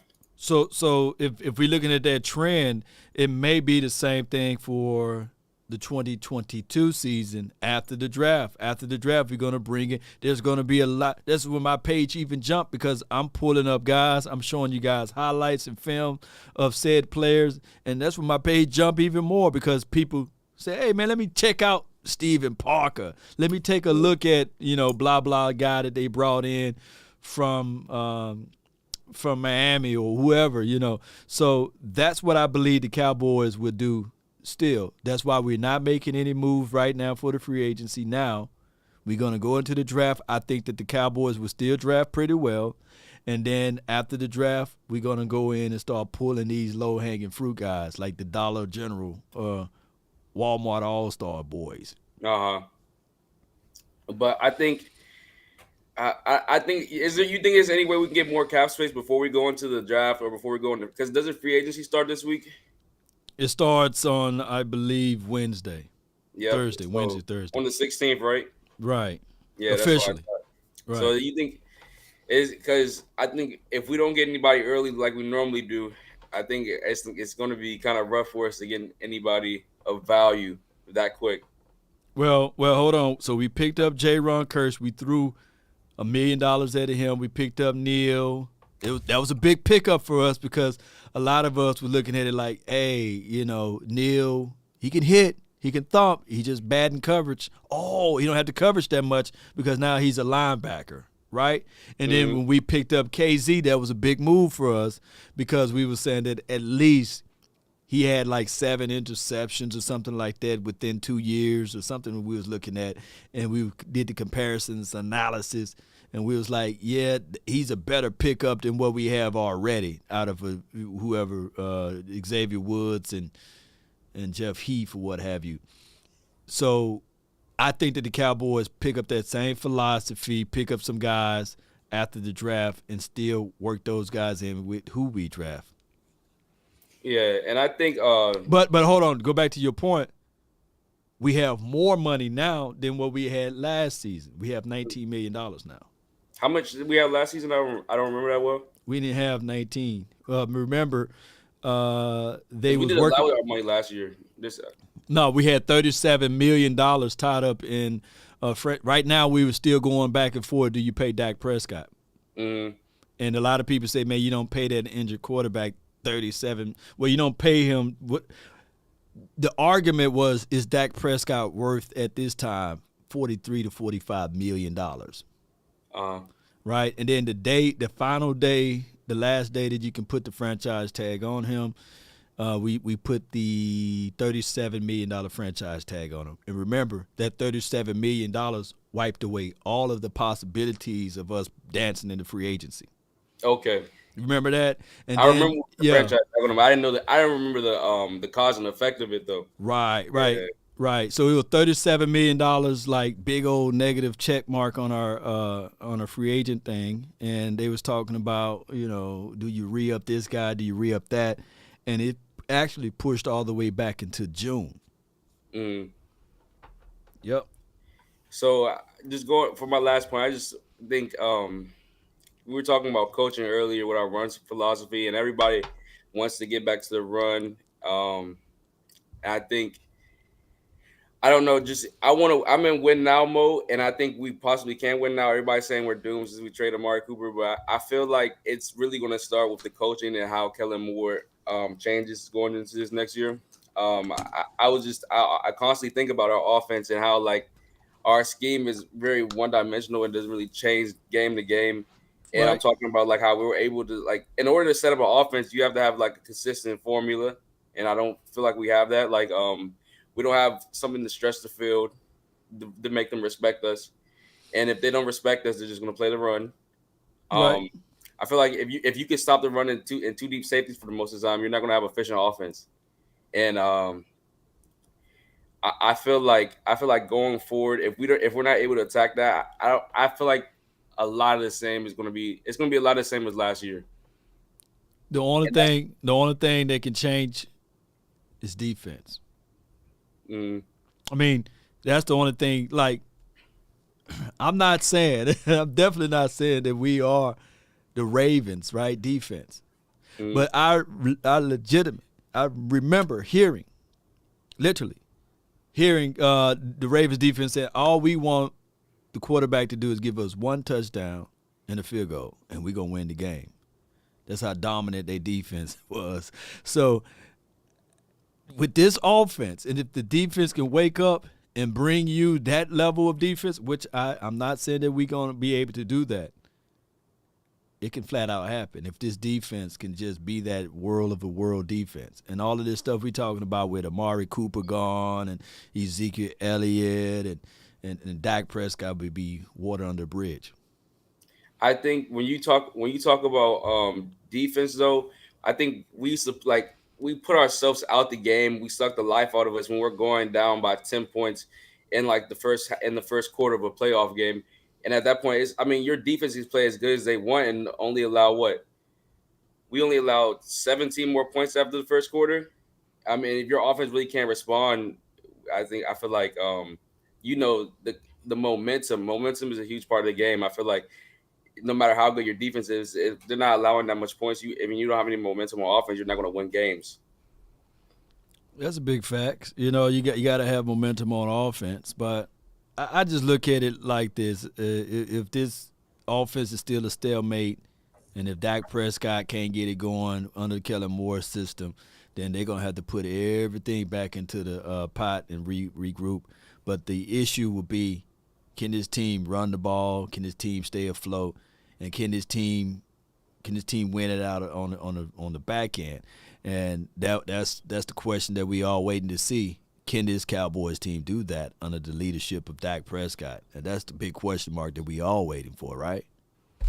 Yeah, but I feel like we've done on the leadership of Dak Prescott, and this narrative of he can't win on the road only happened when Kellen Moore took over offensive play calling in 2019 when we went 8-8. I feel like before that there was never a problem. And I'm not saying our offensive coordinator before Kellen was better than Kellen, which was I don't know why I can't remember his name, but I feel you, man. I feel like I feel like he's definitely not better than Kellen. It wasn't Bill Callahan. It's which one? Our offensive coordinator before Kellen. If you say his first name, I'll remember the second name. Scott Linehan. Scott Linehan, yeah. Oh, okay. I don't feel like he's better than Kellen because he obviously doesn't have a job in any coaching aspect on any level. But I just feel like what comes with being an older coordinator comes with experience and how to control the game. And I feel like you have to control games against better teams than you or teams on your level at some extent. And I just feel like ever since Kellen Moore's been here, we haven't been able to do that, especially against teams that come out playing on our level. Like even we went on the road and played the Jets. Like they came out and played on our level. We didn't control the game. We didn't stay on the field. And I feel like when you're being an offensive coordinator for that many years, I think Scott Linehan is pushing like 30 years of being an offensive coordinator or something like that at that time. Right. There's an aspect of controlling the game that you just don't have as a third-year offensive coordinator. And I feel like maybe if Kellen Moore, we all know if he like actually climbed the ranks like a normal offensive coordinator does, like Josh McDaniels. Right. Or the guy that just got signed by Miami, their new head coach. I really like him. I feel like if you climb the ranks like that and you're actually sitting through multiple NFL games, watching their offensive coordinator, watching how he controls the game, watching how he controls the clock, I feel like, not to say he doesn't know football, but I'm saying it's some experience that comes with that, and that's how you really beat better teams than you or teams on your level. And I feel like that's really why I really can't judge Dak and say he doesn't know how to beat better teams because he's beat better teams before Kellen Moore was here. I never found a problem with that before he was here. No doubt, man. I appreciate you, DMV, man. That was good content, man, that you're spitting out and good knowledge of the information that you're saying with Kellen Moore and Dak Prescott. So time will tell, man. We'll see his fourth year going into it. But, hey, you got a YouTube page or anything? I have a Twitch, but I'm not on it that much anymore. It's it should be LO. Can I type it somewhere? Yeah, you can put it in the chat, man. I appreciate you, man, for calling in. Which chat? The StreamYard chat or the YouTube chat? The YouTube chat. Your YouTube chat. Yep. Am I able to drop links in there or just the name? Let me see if this thing gonna change anything. Okay. I think I dropped the link in there. You dropped a link in there? Okay, good. Appreciate you, man. Thank problem. you, bro. Salute. Good call from him, man. I got my other co-host, man. The twin maker. What's good with you? What's cracking, lacking, bro? How you doing, man? All good, man. I see the beard growing, man. I see you, man. I trim mine down a little bit, man. I'm gonna chop it down, man. It's about to get hot, so you can't be out here stinking funky because the moisture and so on and so forth. So I'm gonna chop it down soon. No doubt, man. So how life been treating you, man, over there? You know how it is. Just trying to, in the words of Trey Songz, just trying to make it. All right, just trying to make it. So you predicted that the Cowboys, my Cowboys, will get rid of Amari Cooper anyway, and that's what they did, right? You said that he wasn't going to be that much of an influence on this team going forward because of the way they utilize Amari Cooper, and now we at this point. My Cowboys got rid of Amari Cooper. What's your thoughts on it? I mean, I thought it was going to happen.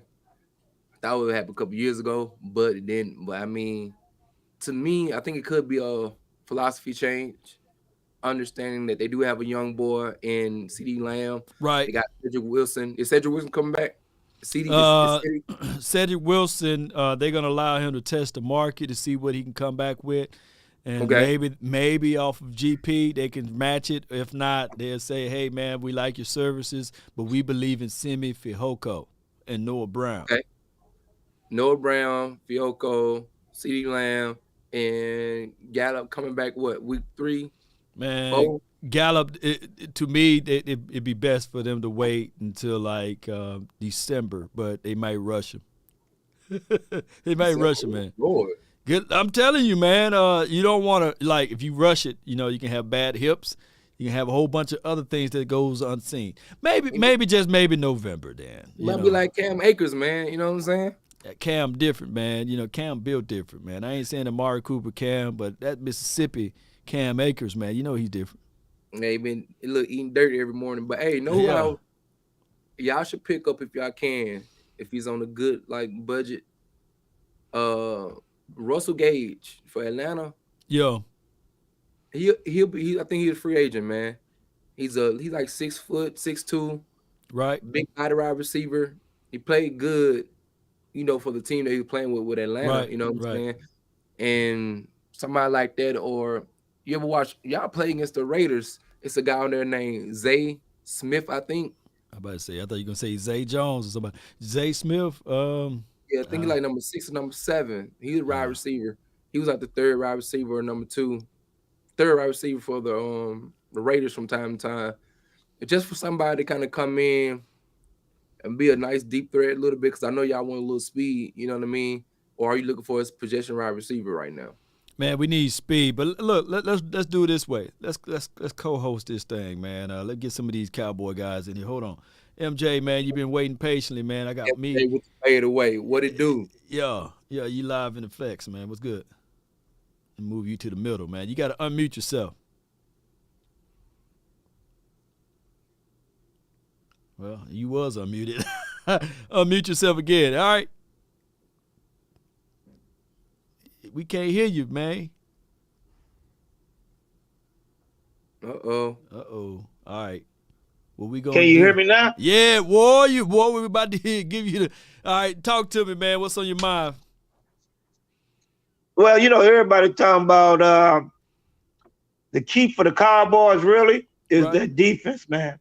The middle of their defense. Right. If you get a big one of them guys, the Connecticut guy or the Georgia guy, and what I hope they do, I know y'all want a lineman. I want one of them D tackles. Right. And then I want to draft that fast Wyoming linebacker. He run a 4-4. He could tackle. He all over the field, and he could cover. Right. Get that middle set. And if we do sign Bobby, you got 3 dangerous linebackers, 4 with the guy from LSU. And then that's going to help the D ends. And everybody with D, I know you like what's the D end that we was gonna get rid of at first? DeMarcus Lawrence. D-Law, yeah. Yeah. Well, he I ain't gonna get mad at him. They let him. If they would have traded him, I would have been happy, because we are not getting our money worth out of all these players. At least he make tackles. Yeah, he hold it in. He do what he do sometime, but man, you got with that $20 million, you got to be a beast. You got to be like your boy Donald. Hey, you see what happened in the Super Bowl law when it was time to make a play? That 99 said, you ain't stopping me. I'm getting in here. No, that's how we got to be.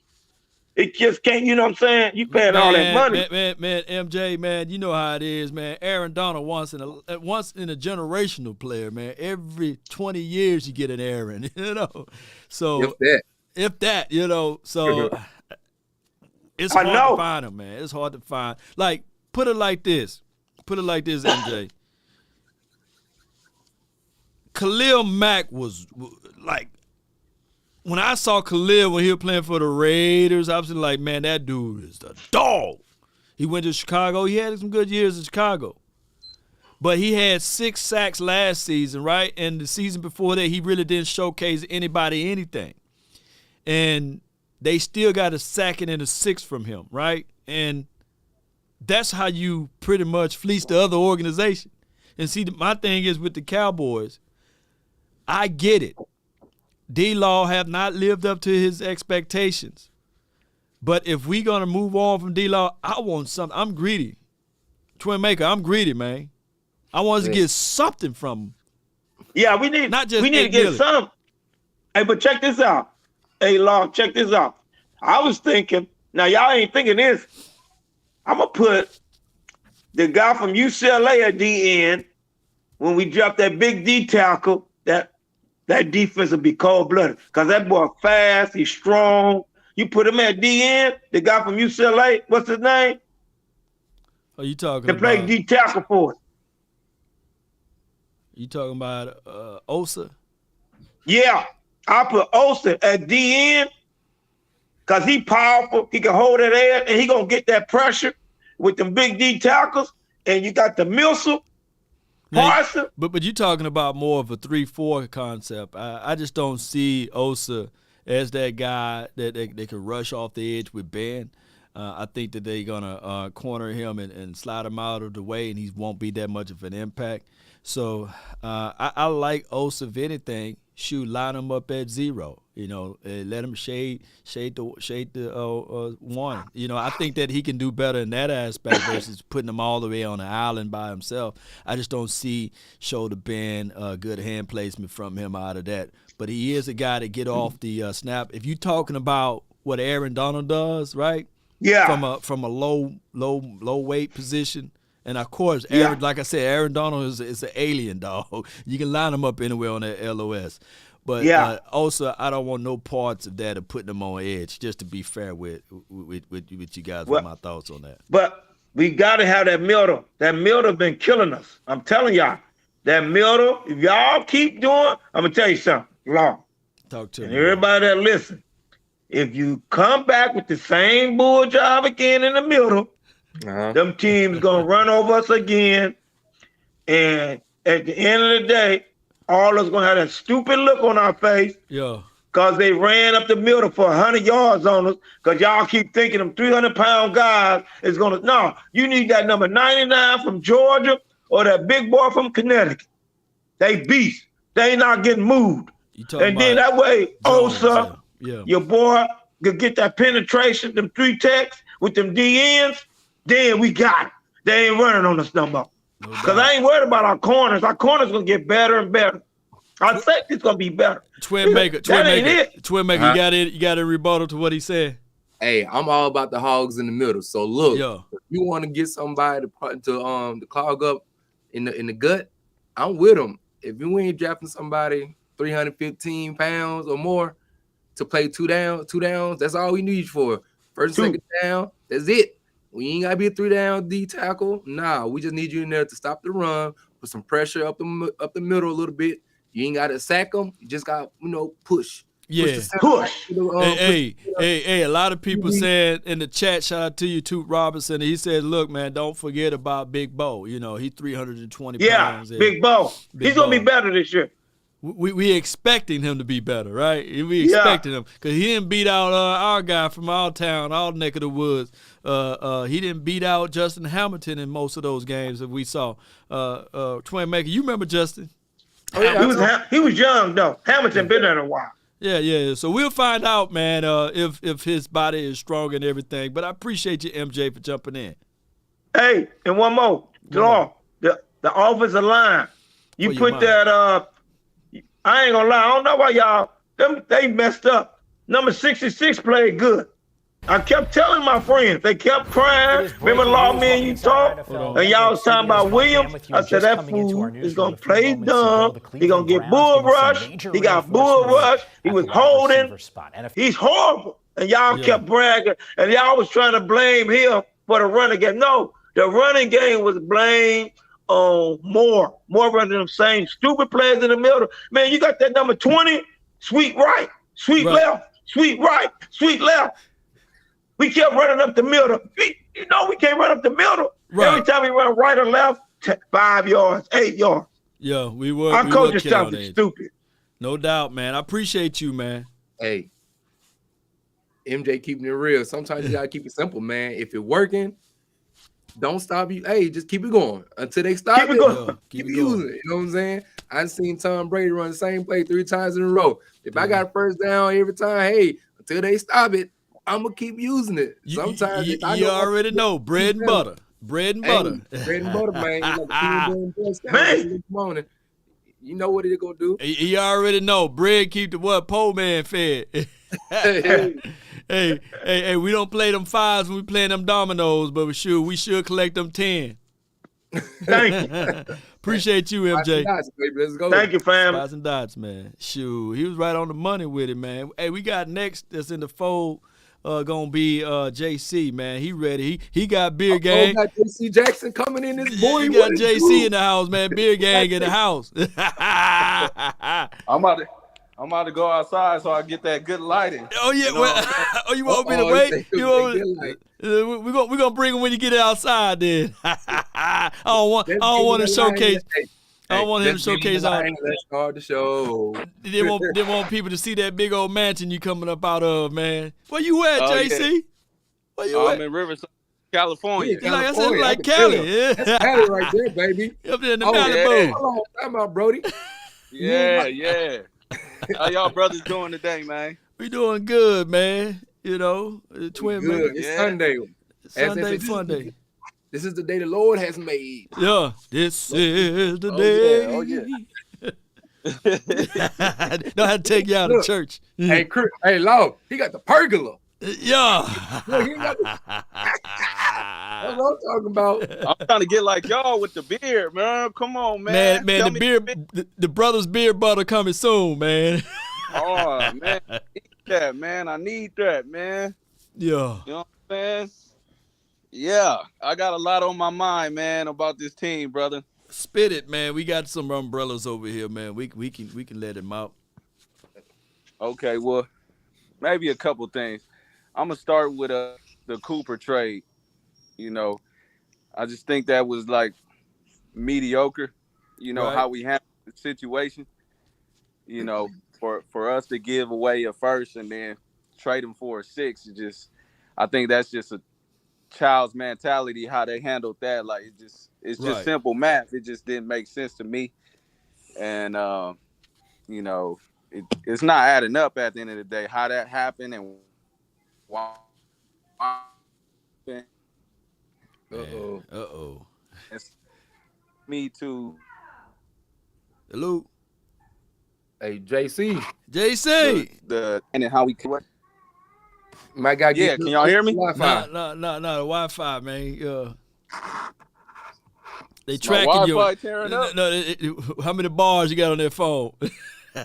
There you go. You good? Yeah, you good now, man. You crispy clean. I mean, the lighting is still the same. Y'all don't hey, the lighting's still nice. You know what I'm saying? It's still nice, man.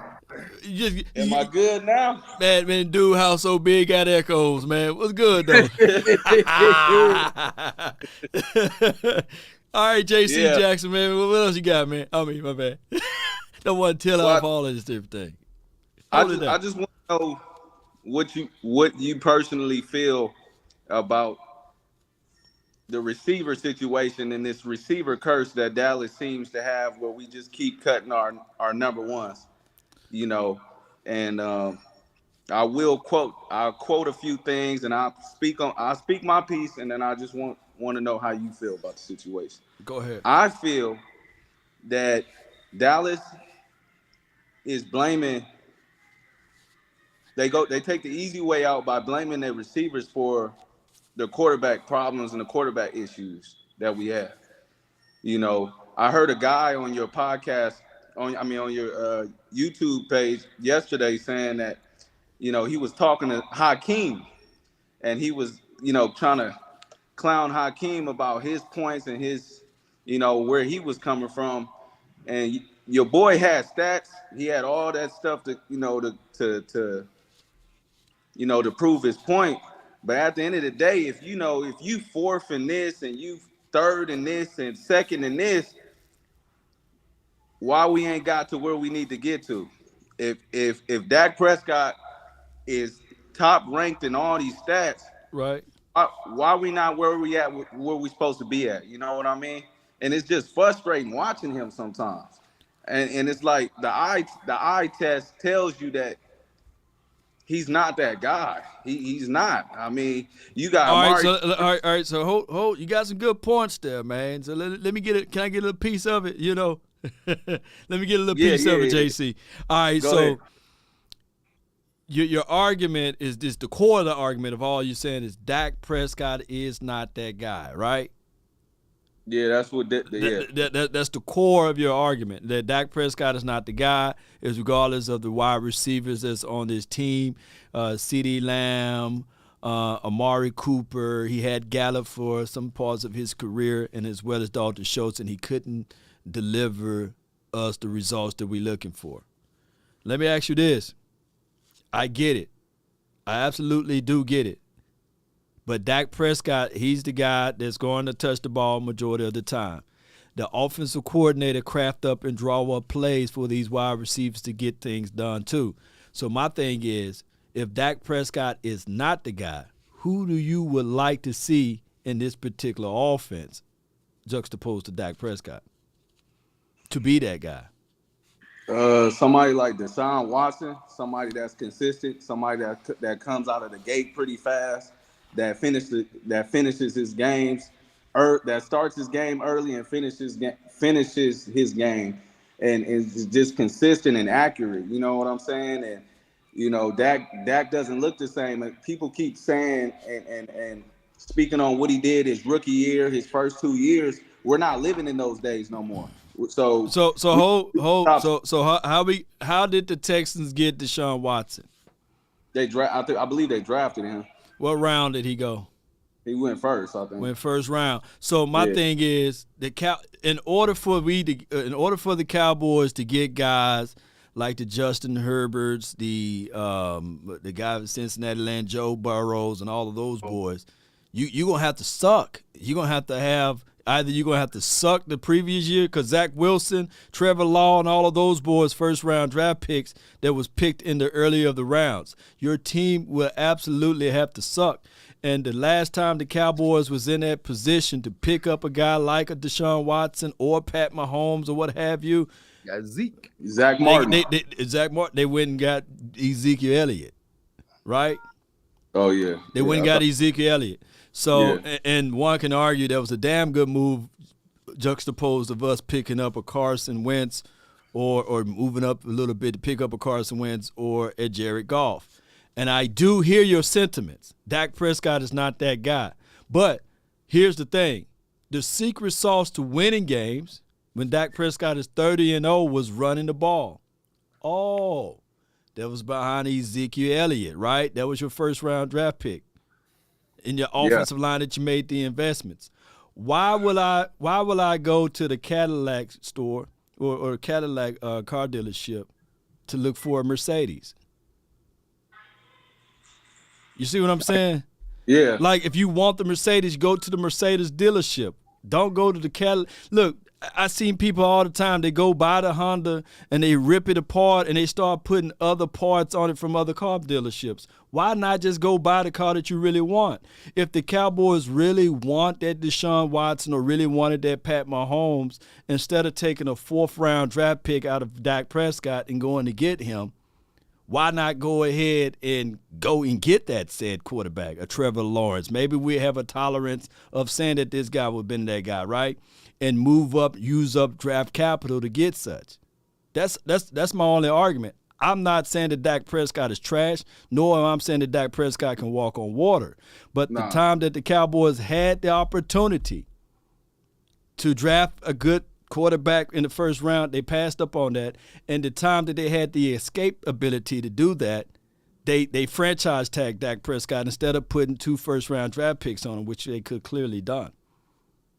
And now I kind of see where you're coming from more clearly, because you're like, this is who we got. This is who we want to have to deal with. Right. You know what Right. It's not like you're taking up for him or, trying to like defend him to the fullest. Like, I see where you're coming from now. It's just like, I just wish as Cowboys fans we can all agree on this. Like, you got people that's been playing in the NFL for years. Right. People Hall of Famers that are sitting here telling you like this man is not acting like Shannon Sharp. We all know like he don't like the Cowboys, but he gonna keep it real at the end of the day. Like, he keeps it real on Dak. He's not hating on Dak. Like, there's a lot of NFL aficionados that tell you about Dak and speak on Dak and his performance. He doesn't look the same from 2016. He doesn't look the same. I think we can all agree on that. And I just feel Emmitt Smith said it himself. He's like, I'm tired of us wasting our talent. I'm tired of it. But let me ask you this though. Let me pivot just a little bit, and I'm gonna let the twin maker jump in too. It's been 12 years for the Green Bay Packers since they've been in the Holy Lands, right? Are they wasting their talent and time? And I know that's a whole different team, but that's the better thrower of the ball. They had the 3rd-ranked defense last season, right? And they had one of the better wide receivers you can lay your eyes on under Devontae Adams. And Aaron Jones was nobody to sneeze at. And that quarterback, one of the better throwers of the ball, threw an 18.7 QBR against the 49ers. What gives them the 12 years of hope? And we only have 7 years, going into the 7 years for Dak Prescott, 0 levels of hope. What gives them that extra years of hope? Twin, or is it me? Well, I mean, I'm kind of seeing both dynamics, you know what I mean? You got to realize this. So you got Dak there at the crib, right? Right. Now, Law just said every time they run the ball over, 30 times a game or something like that, Dak has a winning percentage, a high winning percentage, correct? 30-0. 30-0 if you run the ball 30-plus times. I think it's 25 or more with over 100 yards. Yeah, right? some crazy crap number like that, but go ahead. Now, that's an old school method of playing football. Yes or no? Yeah. We all know running the ball is not about running the ball. It's about creating a mentality. You know what I'm saying? And the league today looks very pretty. When you throw the ball 350 yards a game, everybody out there styling and profiling. You know what I mean? But last time I checked, Super Bowl played in February, and, that's right before January, and them some cold months. You see what I'm saying? And we got to realize that the interior of these teams got to be built with the identity of saying we're going to play rough football, physical football, and that starts with the offensive line. And I think the last time y'all team won in the playoffs, y'all had not only a great offensive line, but y'all was a run-first team. It wasn't no question was y'all a run team or a passing team.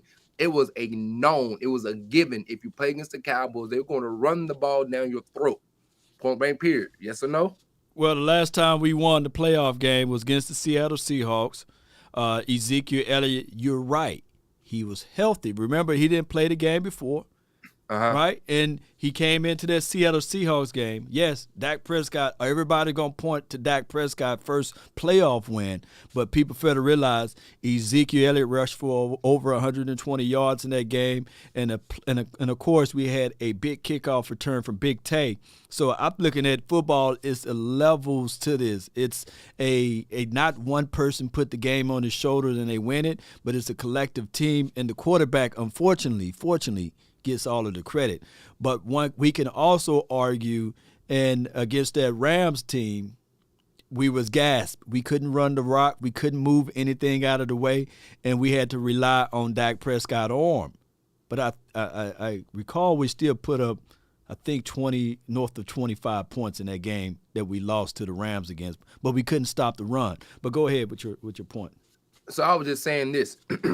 When you got a young team like, the Cowboys got so much talent, and I was telling my brother this, sometimes when you got so much talent around you, you don't know what to do. You're trying to make sure you feed everybody something. Sometimes you got to take away to become better. You see what I'm saying?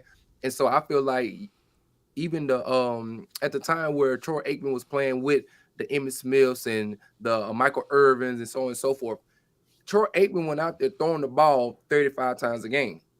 You see what I'm saying? They ran the ball. Now, when it was time for him to pass, he did adequate, you know what I'm saying, as far as his job, getting the ball to Jay Novacek or to the Michael Irvin or to Allen Hopper. But the team knew we're going to be on number 22 back, point blank, period. Yes or no? So the offensive line was built to make sure that 22 will be the main driver of this team. And so I think what they were trying to do with Ezekiel was make him the main stable mate. But then, he got a little long in the tooth, which is okay because you got a young boy named Tony Pollard.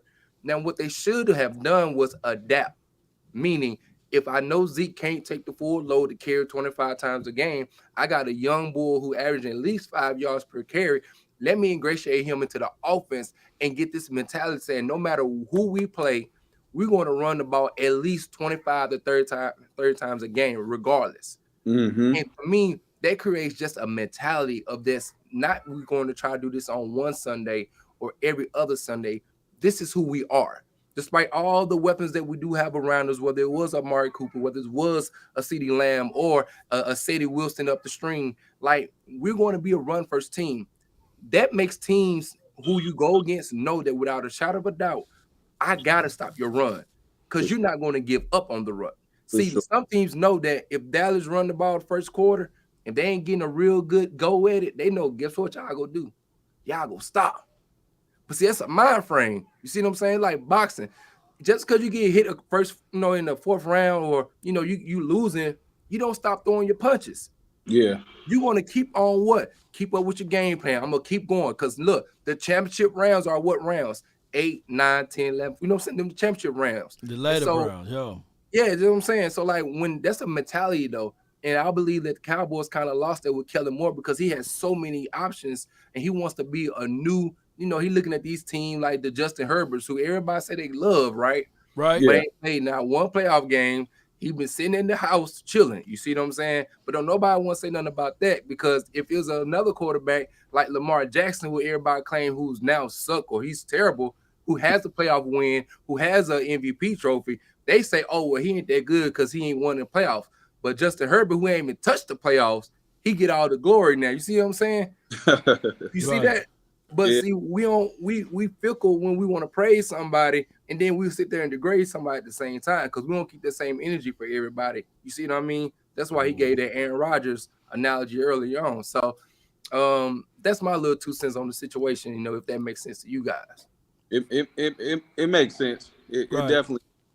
And I'm just looking at our fan base as a whole, trying to figure out, if this guy is who he is, who people say he is, who the other fans say that, he's the guy and everything like that. I feel like we wouldn't be split in half like this. You know what I mean? Like it wouldn't be a big controversy over if he is the guy. Jerry Jones wouldn't have waited so long to pay him if he was the guy. Like, shout out to my guy Ken R. Thank you for the donation there. He says, keep in mind, Dak Prescott was drafted in the same year of Zeke, Wentz, and Goff, but Dak is just good enough. He is. But here's my thing, though. When did the Denver Broncos realize that John Elway was the guy? You gotta give me that. You gotta give me that, Law. Well, I said it earlier in the show. I'm 26. Oh, you 26? Oh my God, no. Yeah. Oh my goodness, man. I'm 26. Oh well. Let me try to use another analogy then. Well, let me ask you this. Talk to me, man. How many years do we need out of somebody for us to know that this person is it? How many years do we waste until we figure this out? How many years go by until we say, okay, Dak is not for us, or if he is for us? What's your minimum year with when it comes to that? How many years? It's crazy because it's just like a marriage. It's just like a love in a relationship. I mean, there's always gonna be a prettier lady. There's always gonna be, man, look at that. There's always gonna be that moment. And you can try to be smooth with it and say, baby, you can have my heart, but not my eyes. But you can't be gazing out there. And the moment that you know that person is the one for you, it's like since day one. Jimmy tried his darnest to get Troy, right? He said recruit him in high school. He couldn't get him. He recruited him in college. He couldn't get him. But he said, God dog it, he knew that Troy Aikman was the guy. So with the Cowboys somehow had the first round draft pick, and he went and got him, and he knew that he was the guy.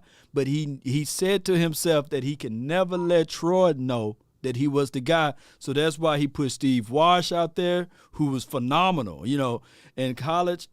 Also, Jimmy coached him. That's why he went and made sure that he never made it comfortable for for Jimmy, for Troy. I'm everywhere.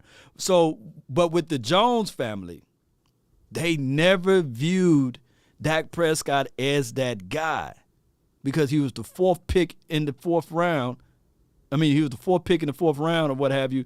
And, he was the fourth round draft pick, I meant to say, the second pick out of the fourth round out of the Cowboys. So he never viewed Dak as the guy.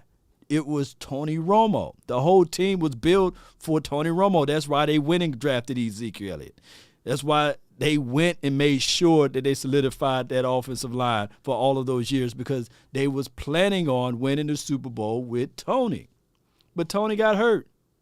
And here this guy came in, won 13 games. And the fan base was split, and the decisions was split of who you're going to go with. And unfortunately, Dak kept on winning. So one was cheaper. The price tag on one at the time was a lot lower than the other one. Right. And guess what? Guess what, JC? What's that? This guy right here, the twin maker, is going through something similar. They got Jimmy Garoppolo, right, who just took their team to the playoff, won multiple playoff games. But they went and drafted Trey Days, right? One of the better. He's a 49er fan, man. You didn't know that? Oh, man, he put that filthy hat on his head. God dog. You didn't know? So that's why you're getting unbiased attention from him, Can I ask him something real quick? Go. What up, though?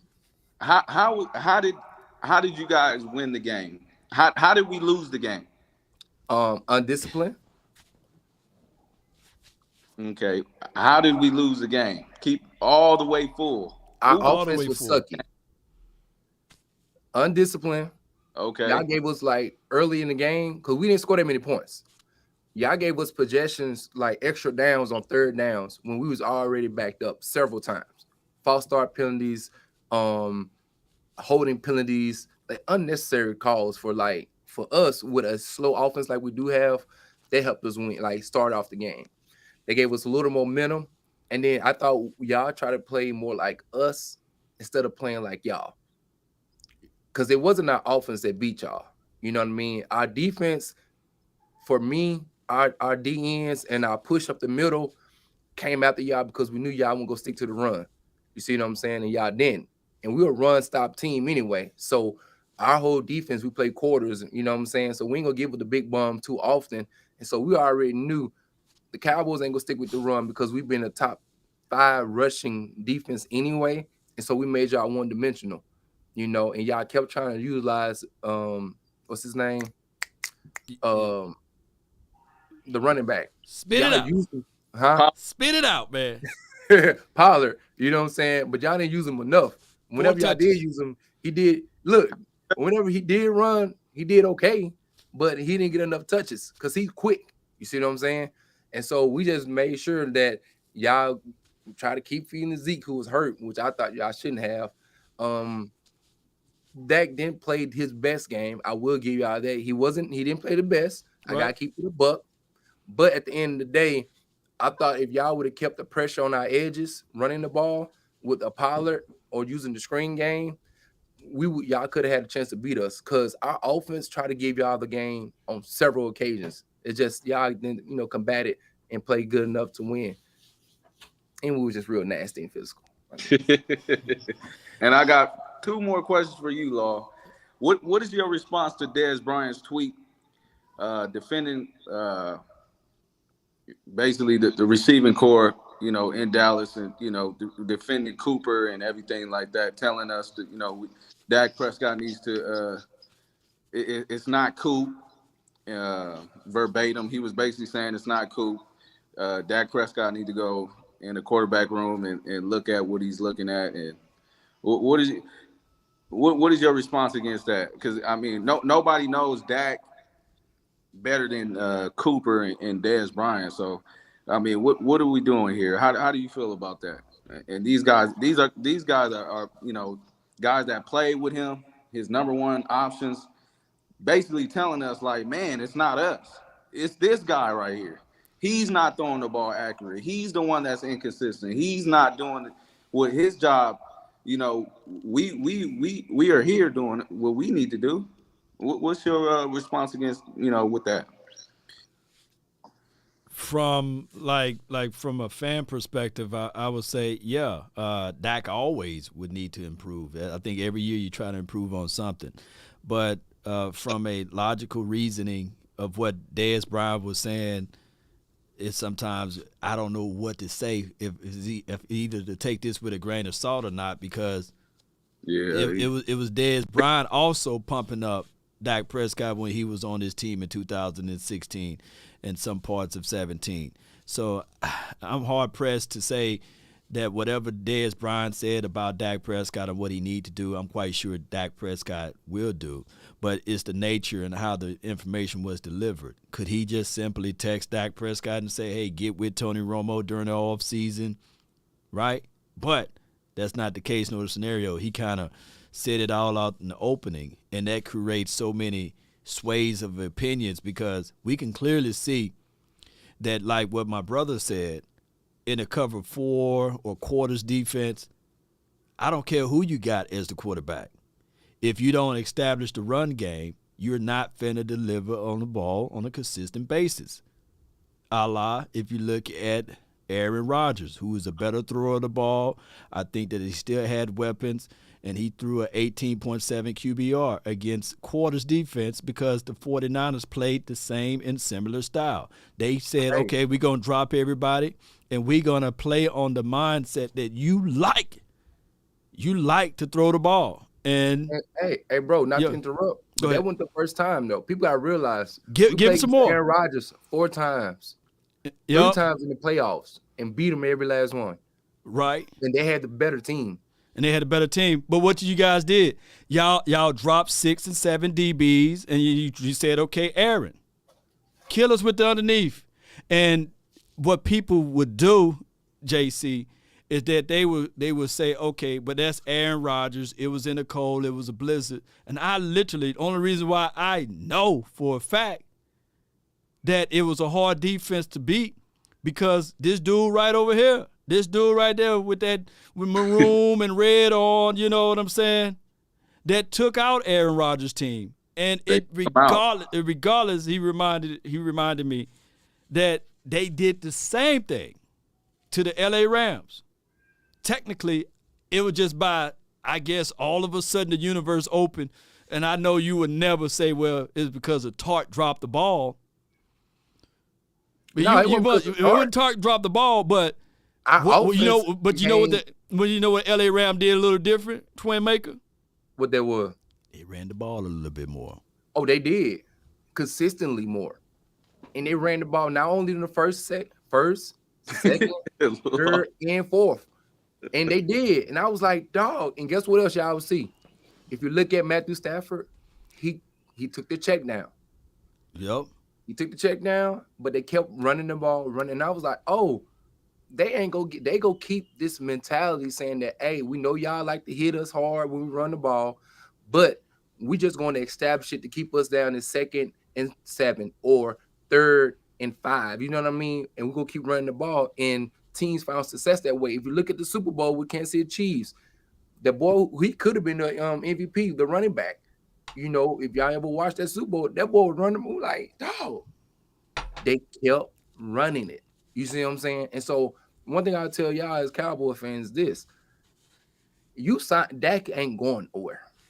Right. The moment y'all realize that, he ain't going nowhere. So what you got to do is this: if this is the bed you already laid, or this is the bed you bought, you might need to realize, well, I might need to get a new dresser, or a new TV stand, or I got to fix the stuff around it because I'm stuck with the bed. You know what I'm saying?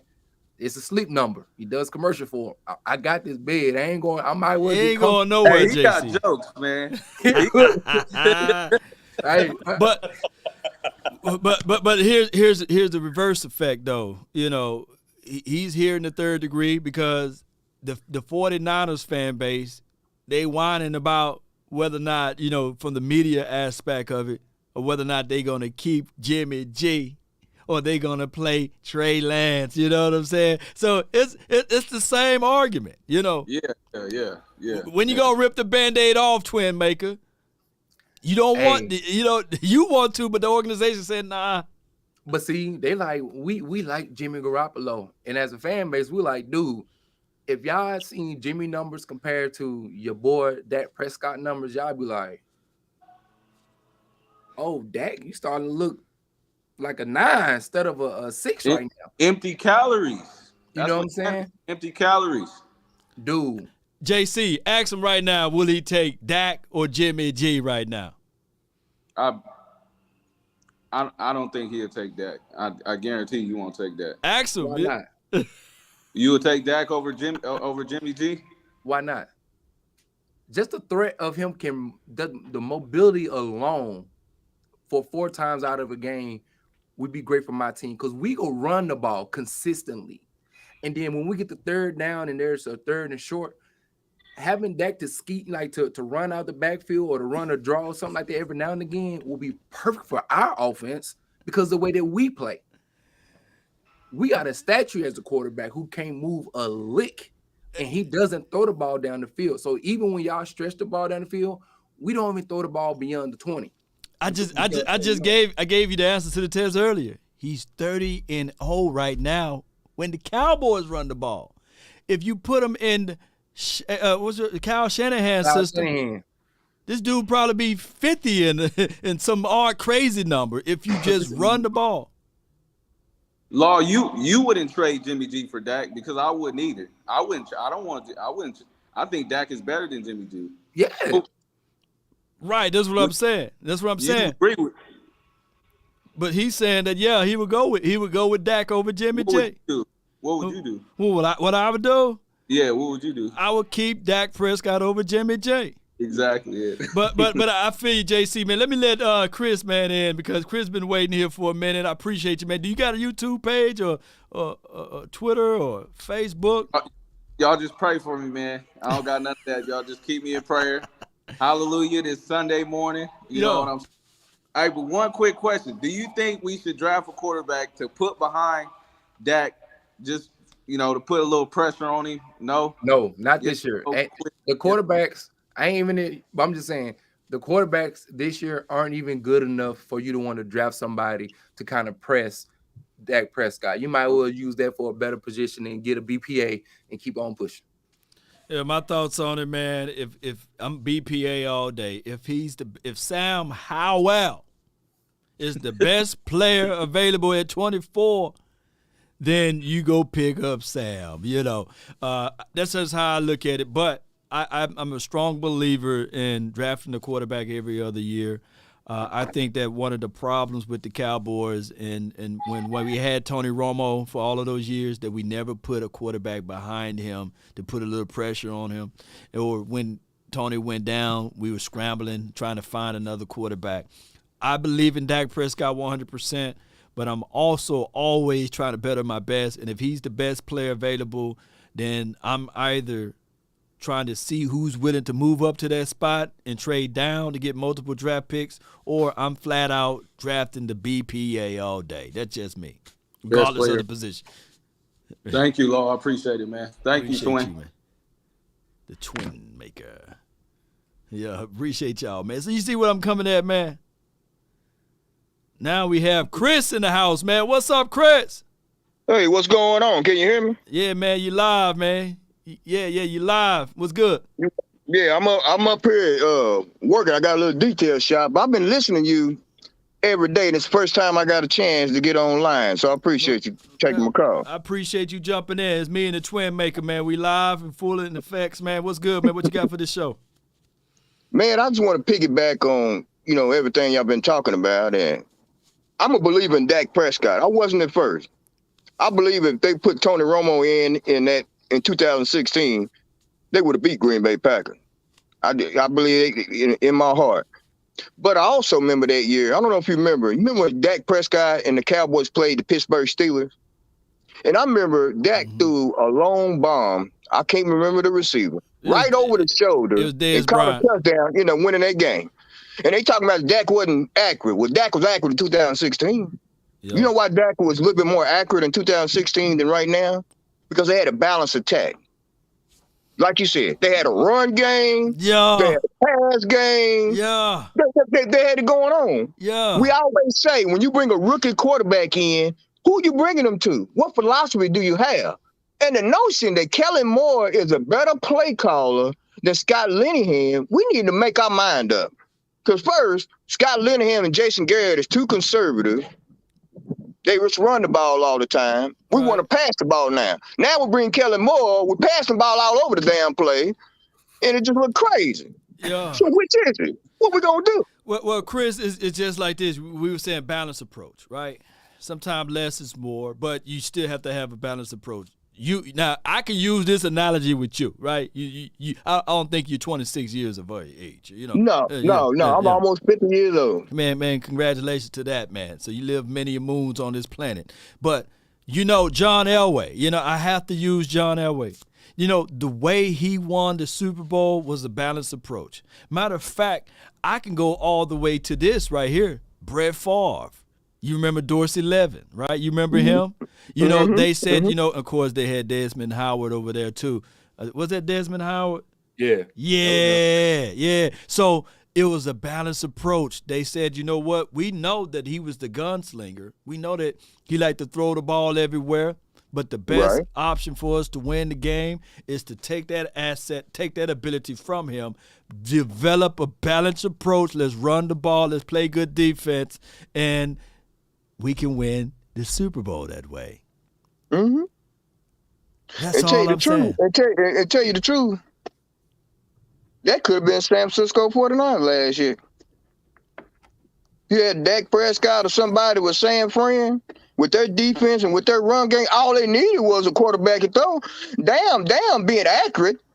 Just have a quarterback to just throw a few balls. Look at Matthew Stafford. I heard somebody, I don't know if it was on your show, or was on the Fan, but they was talking about Matthew Stafford had the most interceptions last year, but yet he kept throwing the ball. And that's the same guy that you said got most interceptions was the same guy that threw the ball to Cup and won the Super Bowl. Right. It was Matthew Stafford. Going back to style. That's his style. That was their style. Yeah, Matthew Stafford led the NFL in interceptions last season. And as much as we know that Matthew Stafford had an arm, they still went and got some assets for him, right? They went and got an Odell Beckham Jr., and that was before Robert Woods went down. They tried to better their best. And I think that it was DMV George who was saying that the NFL is more like, they're trying to become more like the basketball, where they're trying to bring in everybody that got talent on one team. I agree with that. Right. I sure hate that they traded Cooper. I really do. They should have traded Kellen Moore. Yeah, that's who they should have traded. But we're going to get we're just going to find out who we are. If you want to go back to being talking about old school, well, I guess San Francisco's old school. Well, We need to go back to run. I mean, the game is still about running the ball. Everybody do it different. Look at Bill Belichick with Tom Brady. They say, well, they ain't never ran the ball. Yeah, they did. Shoot, yes, they 2 or 3 yard pass was a run play.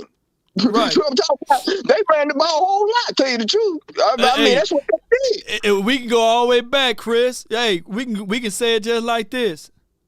They went and got Corey Dillon when they first started this thing. They had what's the other Falk kid, Twin Maker? Kevin Falk. And then you remember in the first round they went and got Lawrence Maroney. But see what happened over the course of time, people forgot about that. People forgot about that Belichick was like, hey, we're going to use the quarterback as a check down Charlie. We're going to play good defense. We're going to play control game with the clock game with running the ball. And we ain't finna go draft no fancy-dancy wide receivers because we're going to play wide receiver by committee. You know what? Oh, no. Don't you think the Cowboys would benefit if they took that same program? I don't think that everybody, mama, uncle, cousin, would be mad if the Cowboys do that right now. You know, running back by committee.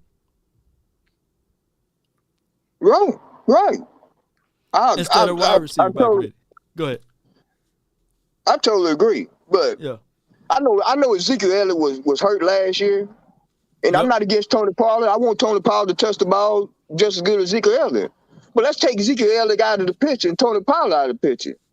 I don't think that Kellen Moore even devised the run game, really. I don't think run the ball is part of his philosophy, really. I think he's doing it because people complain. Just like Amari Cooper say, give me the ball, we can score a touchdown. Then the next damn game we throw him the ball. It's like we say Jerry Jones don't listen to the fans and stuff. Yeah, they do. They listen to the fans in the media.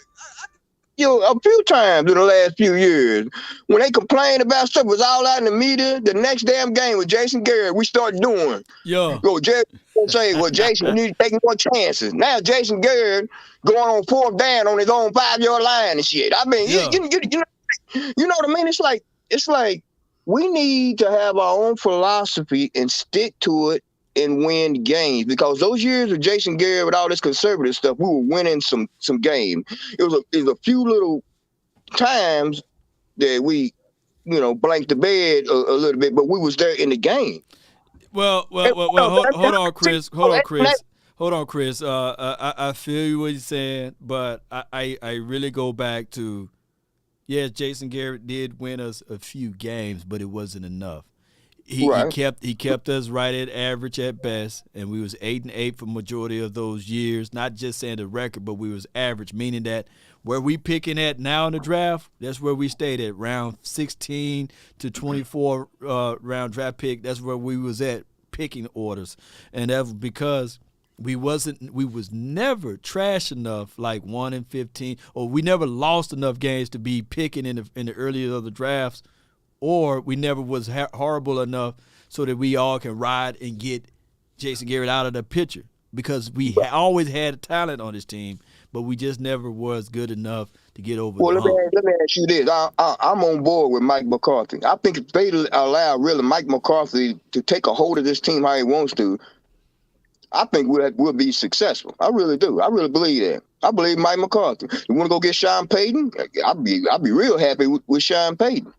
The only reason I say I'm real happy with Sean Payton because I believe that Jerry Jones will allow Sean Payton to do things that he wouldn't allow anybody else to do. He'll allow Bill Parcells to do stuff just out of GP. You know, he had to. Oh no, man. Power hunger guy. I just don't know, Chris. I don't think that Jerry. Then why is Jerry Jones in love with Sean Payton? I'll tell you why. Because when Sean Payton was there, he showed something about himself that, because Jerry Jones likes to be involved in the meetings, right? He likes to be in the meeting with Mike McCarthy in personal meetings and stuff, and they talk, and they, they got a group conscience on everything. Sean Payton will allow him to keep being engaged in the meeting, this and that. But when it comes down to X's and O's, Jerry ain't coming and talking about who you gonna play this player. No, he ain't trying. No, I don't know, man. You know, Jerry gonna want some of the credit, though. You know, I mean, he gonna have the credit. He gonna want. I don't know, man. Jerry. It's got to be a give and take, though, man. Jerry allowed the coaches still to coach. Do y'all agree with that? Look. Let me ask you this though. The twin maker, is Kyle Shanahan, what kind of control he got in his contract? All of it. He got all control. He got labs of personnel control. He got he gives everything that's in his contract. The GM came in with him with the understanding that as the GM, John Lynch, whatever decisions that he makes before he sign it off, he has to call Kyle Shanahan. Wow. Like the double check, like a notary republic. You know what I'm saying? Now I don't know if a lot of people follow the Saints or follow, Sean Payton. Sean Payton make a lot, and I mean just that, a lot of decisions in that front office, and I don't think that Jerry can relinquish that. Well, let me ask you this to make sure I'm on the same page with everything. Mm-hmm. Well, let me say it like this. I always believed that Jerry Jones was meddling. He's involved in everything. Right. But I also believe that at the end of the day, that he allowed the coaches to coach. Like when they on practice and when Kellen Moore installs the plays, the Jerry ain't up there on no chalkboard doing no X and O's installing plays. He's allowing Kellen Moore and Mike McCarthy install plays. Right? Do we both agree on that? I'm an outside there, but on the outside looking in, if I'm signing checks a certain amount of players and certain things happen when certain things happen on the field, I want to make sure that I look good, but I can't look too good. Because I look too good, I got to write some more zeros out. And sometimes as a businessman, you want to keep all your money. You know what I mean? If you understand what I'm saying. Yeah, Chris. That's why Mark Cooper gone right now. That's all I got to say. The incentives. I don't want to make this a conspiracy show, Chris, but it's been well documented that Jerry goes and sit in those meetings.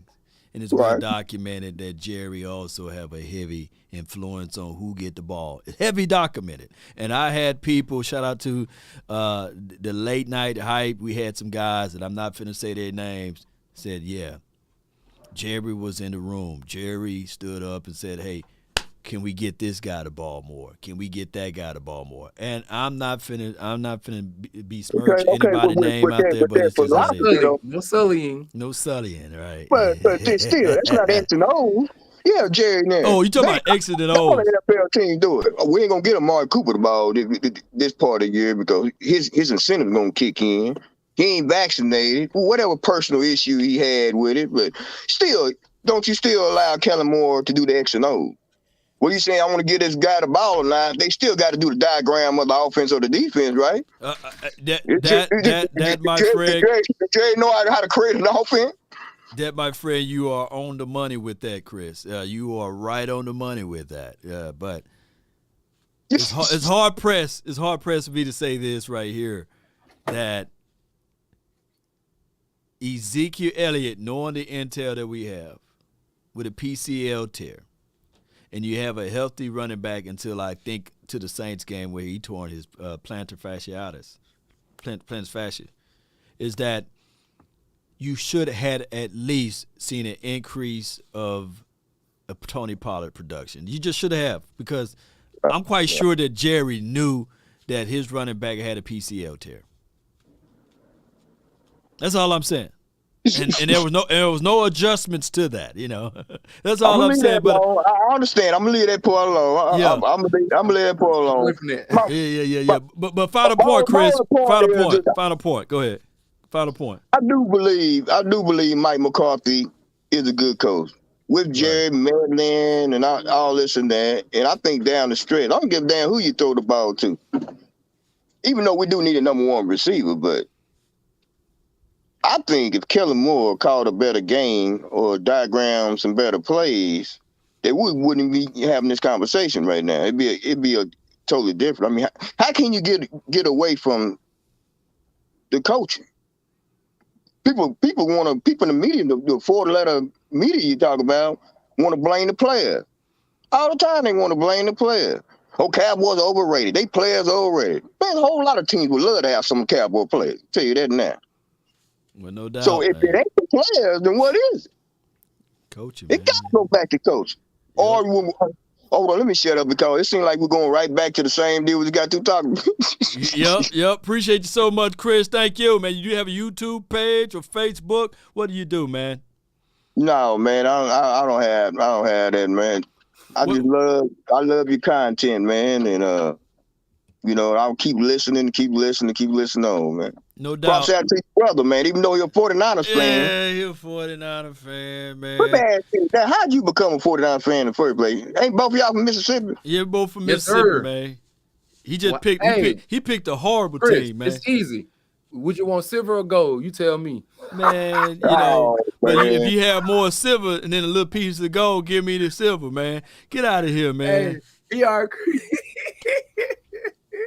Man, I sure appreciate it, man. Keep talking. I'm gonna keep listening, bro. Hey, let me ask you this, Chris, before you go. But where you from, dog? Where you from? I'm born in Sherman, Texas. Oh, you right, man. You in Texas, man. You Texas kid. Where you guys at? Well, I'm in Dallas right now, Okay. And I don't know, Twin Maker, you gonna let them know where you at or you good? I'm in the Miss Lou. Yeah, in the Miss Lou, Okay, all right. Well, good. Yeah. Good, man. Like I said, I'm gonna keep listening, brother. You got good and great content, and man, hopefully we can just get that running game going. I think it's all Dak need. Is to run. Just keep running the ball. Dog, let me tell you before I let you go on this one. We're 30-0 when we run the ball more, So let that sink in. All right, that's it.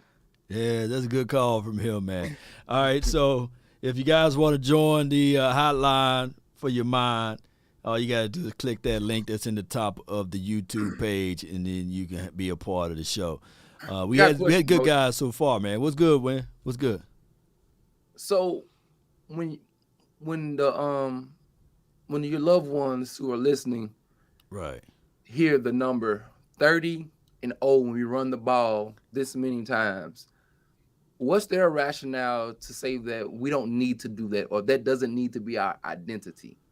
Like, what's so difficult for people to like say, you know what, if running the ball this many times have our winning percentage this high, let's make sure this is our staple. No matter what we have on the outside, whether it's a Amari, whether it's a CeeDee Lamb, or whether it's a Michael Gallup or a CeeDee, like CeeDee Wilson, like where's the, like, do people burn at the stakes talking about, hey, Kellen Moore, no matter what, can you say with your mouth out loud in the press conference that we're going to run this ball 30 times a game no matter what?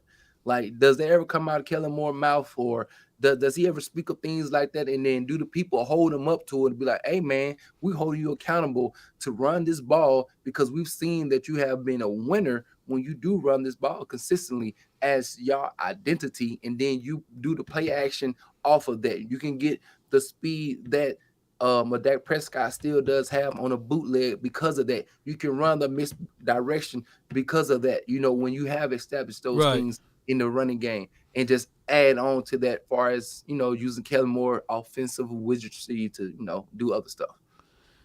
Oh my gosh. That's a mouthful, man.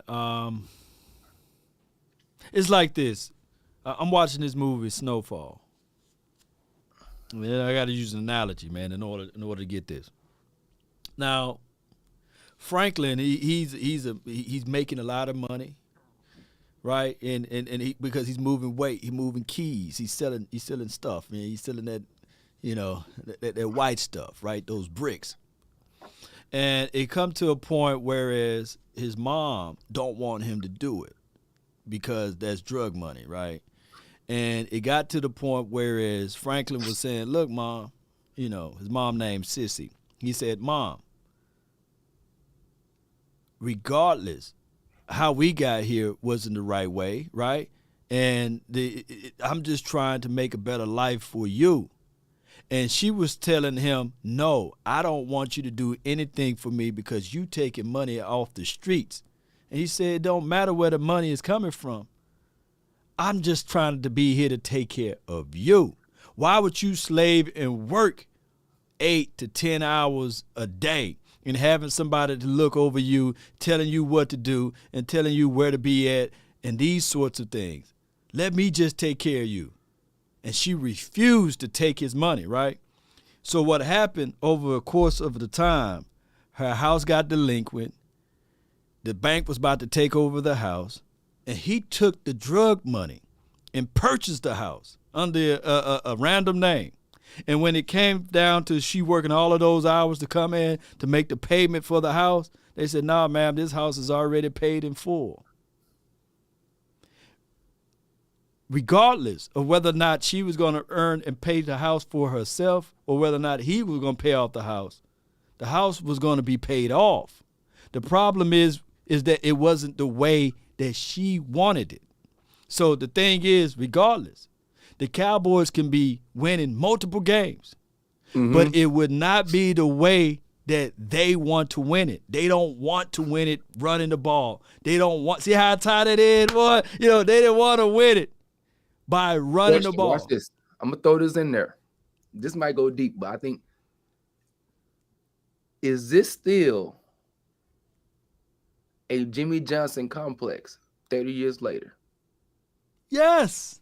That I can't get you out of mind because there's no way possible I'm going to let me as an owner have to win in the way that you won.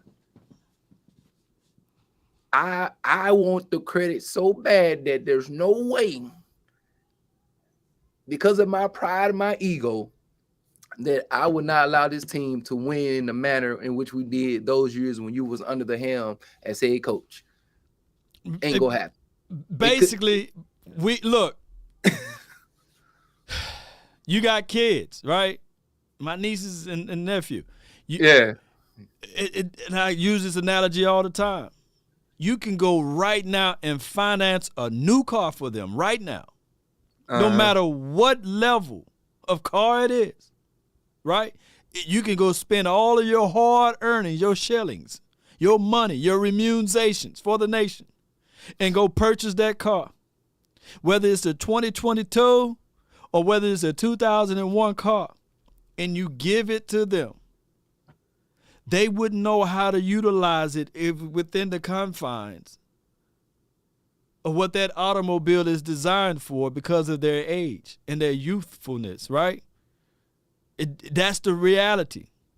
So now when they become of age, yes, they can appreciate it. But what we are literally doing is we got the Maybach. We got the Ferrari, the Jag. And by Jerry Jones saying that I want to win it, Frank Sinatra, my way, that I'm going to give the young kid the car, that is what's going on. We have to know that, hey, if you go give your kid the car and they're too young to understand the power and the understanding of the power of the relationship to the ignition from the key being inserted in, and being able to turn that thing over and go down the street and stand within the laws of driving that automobile because they don't have that foresight is equivalent to what Kellen Moore is under. We are literally taking a guy that was on the team in 2016 over here in Cowboys land that competed for a position against Dak Prescott to ultimately lose that role, right, as the quarterback, to stay on his team, to become the quarterback coach, from becoming the quarterback coach to being the offensive coordinator for this team, and expecting this guy to draw up and call up plays against somebody that's been doing that for 30 years on the defensive side, for 20 years on the defensive side, even for 10 years on the defensive side, and expecting for us to get the results that we decreeing. No way. But anybody in their right mind would say, hey, man, this is a luxury vehicle.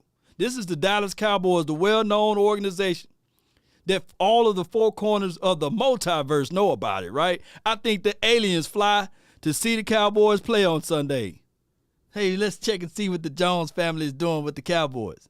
For you to put an inexperienced guy out there on the field and expect for that guy to win is crazy. And that's what the Jones family is doing, basically. Because all they had to do is they got the resources. There's no salary cap as it relates to coaching. They could have went and got somebody with experience, somebody who been through the fire and put that person on this team and say, all right, make it happen. Boy, it's a lot of pride. It's a lot of pride, baby. You know, so just like your team, you got a young coach, but he's not a young, inexperienced coach. This is not his third year ever calling plays. It's not his third year ever running that organization. Yeah. You know. I've been calling plays since 2004. You know what I'm saying? We're not calling plays, but, you know, going through the process. Going through the process. It's just that he may be young by age, but he's wise by experience. And I'm not saying. What happened to him? Yeah. Look, you know what happened to him this year? What happened? Money and trying to be a team guy with the players, because the players saw Jimmy G take him to the Super Bowl. He tried to stick with that method. Say, know what, fellas? I'm going to coddle you guys and give you Jimmy like you want. Even though I drafted this other guy. I brought a new woman in the house. She ain't gonna sleep in the same bed I'm sleeping in, but I'm gonna put her out in the east wing. You know she here. Yeah. When you cook breakfast in the morning, I want you to come and take her and show her what the eggs is and show her what a paprika is and what a garlic is. And when you go out and you bathe, you know, I need you to show where the towels at, where we do laundry. Like he doing all that stuff. Right. And we looking like, bruh, you preparing him to leave, but you should have gone ahead and kick him out because you're saying that you no longer want this individual, but because you have invested time and the other people who have already fell in love with the guy, you don't want to get rid of him. Right. But now you wasting a year. You see what I'm saying? You wasting time. You wasting players in their prime. You wasting the George Kittle prime. You wasting the Deebo Samuel's prime. Like you wasting these guys because you're not going to get out of your way. I would have kicked Jimmy G out the window. You see what I'm saying? Right. But now the guy hurt. The investment's still on your books. Now you gotta pay for a mortgage that you're not using no more and still pay for the new house. And like those things aren't good. You know what I mean? When it's time to let go, you gotta let them go and go forward and press on, if that makes sense. So I get Jimmy up out of there in our situation. In your situation with Jimmy Garoppolo. Now, I think that the surgery on his throwing arm that kind of threw everything. That news that was released that he had to have surgery on his throwing arm. That was predictable. That was predictable. So that got rid of you guys' trade value, right? But we should have known. We should have traded him last summer, though. Like we've been seeing the consistency of him being hurt. You see what I'm saying? Like, why would you keep playing? Why would you keep rolling that dice?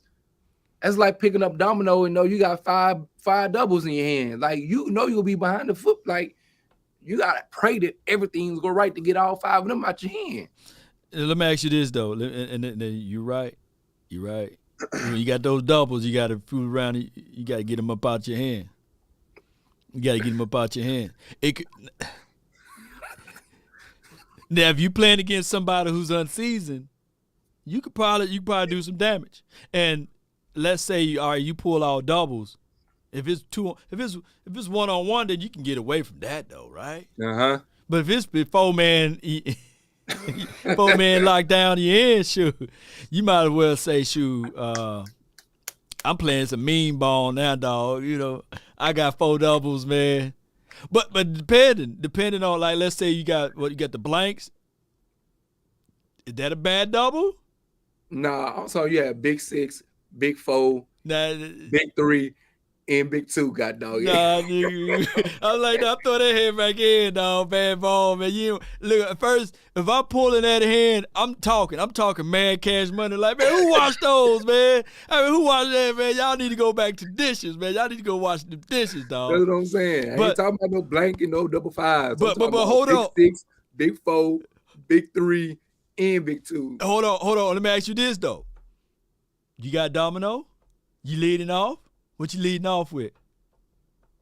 With that? Yeah, what you leading off with? Who go? You got to make the spinner. What you leading off with? You got those doubles. I'm getting the big six out my hand. So you getting Big Bertha out your hand, right? I'm getting Big Bertha out my hand. All right. So then you go da. So what's your next bone you gonna get rid of?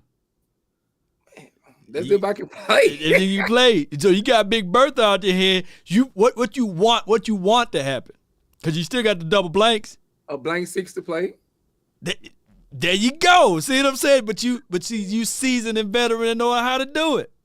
Yeah, give me a blank six. Hopefully they can't score off that. And then I'm playing up my double blanks on that joker. You know what I'm saying?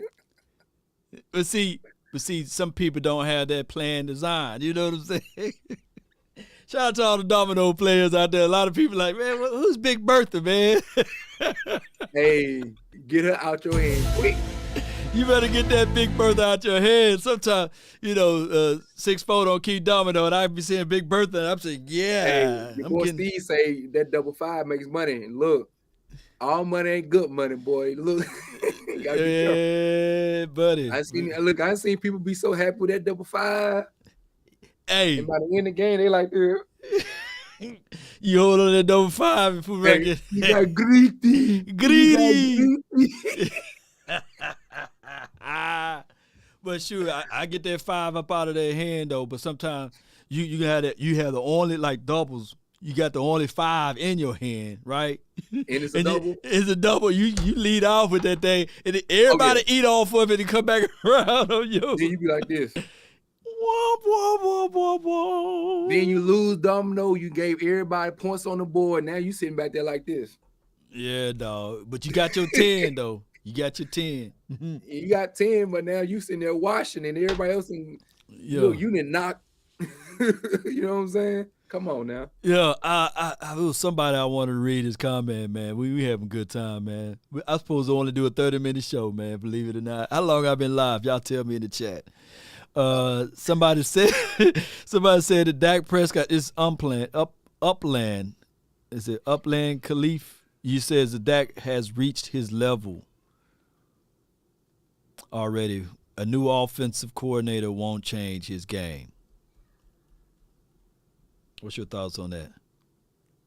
He said, yes, he would. Dak Prescott had already peaked, basically. He done already reached his level. A new offensive coordinator. That doesn't mean anything about a player reaching his peak. A great coach is be able to utilize the personnel and the potential of the team. Just because a player reaches peak, when you put the right pieces around them and then you call a play according to what you do have as far as your strengths, you're going to be productive. You know what I mean? It doesn't matter if I have Shaquille O'Neal on my squad, but then I have Shaquille O'Neal standing 18 feet away from the basket every play down, and I'm not running, you know what I'm saying? Like, yeah, Shaq potential could be 28 and 15, but if I got him out here on the free throw line or on the three-point line, I'm wasting him. Will he make a three every now and again? Yeah, but I'm wasting his greatest asset. You see what I'm saying? Dang, dog. Yeah, you took my words up out of my mouth, man. I appreciate that. You can only if the player can execute the play, right? And you drawing up and crafting up for Steph Curry to play down low post, man. Wait a minute, Steph. That's not your game. I need you out in the perimeter. I need you to create space. Use your short area quickness to get to the boundary there to shoot that tray or shoot that long medium to range jump shot. But you got to have a coach that's crafty enough. Yeah, these players are talented, but you got to have a coach that's crafty enough that can extract that. Yeah, I agree. Because if I was y'all, I don't know how bad Dak's leg is. Dak would run the ball 4 times a game. Not to get him in between tackles or nothing like that. But he'll run the ball 4 times a game because I'll make sure I'm going to run the ball with Zeke and Pollard 25 times, 20 to 25 to 30 times a game. Right. I'm going to make sure I get a couple design runs in there just to get Dak for the threat of him moving forward and getting the first down or just getting garbage yards. You know what I'm saying? Just because. And then I'm going to make sure I get the good screen game for Dak. You see what I'm saying? And I have to make sure that this is going to be constant. Now, I may do the same play, but in different formations. my job as a coordinator is say, how many formations can I come up with to create the same plays or similar plays, but just they look different a little bit. You see what I'm saying? Right. And so you'll hear a lot about players. You know, we use motion a lot. We run the same plays, but instead of Debo being the X, it's Brandon Ayuk.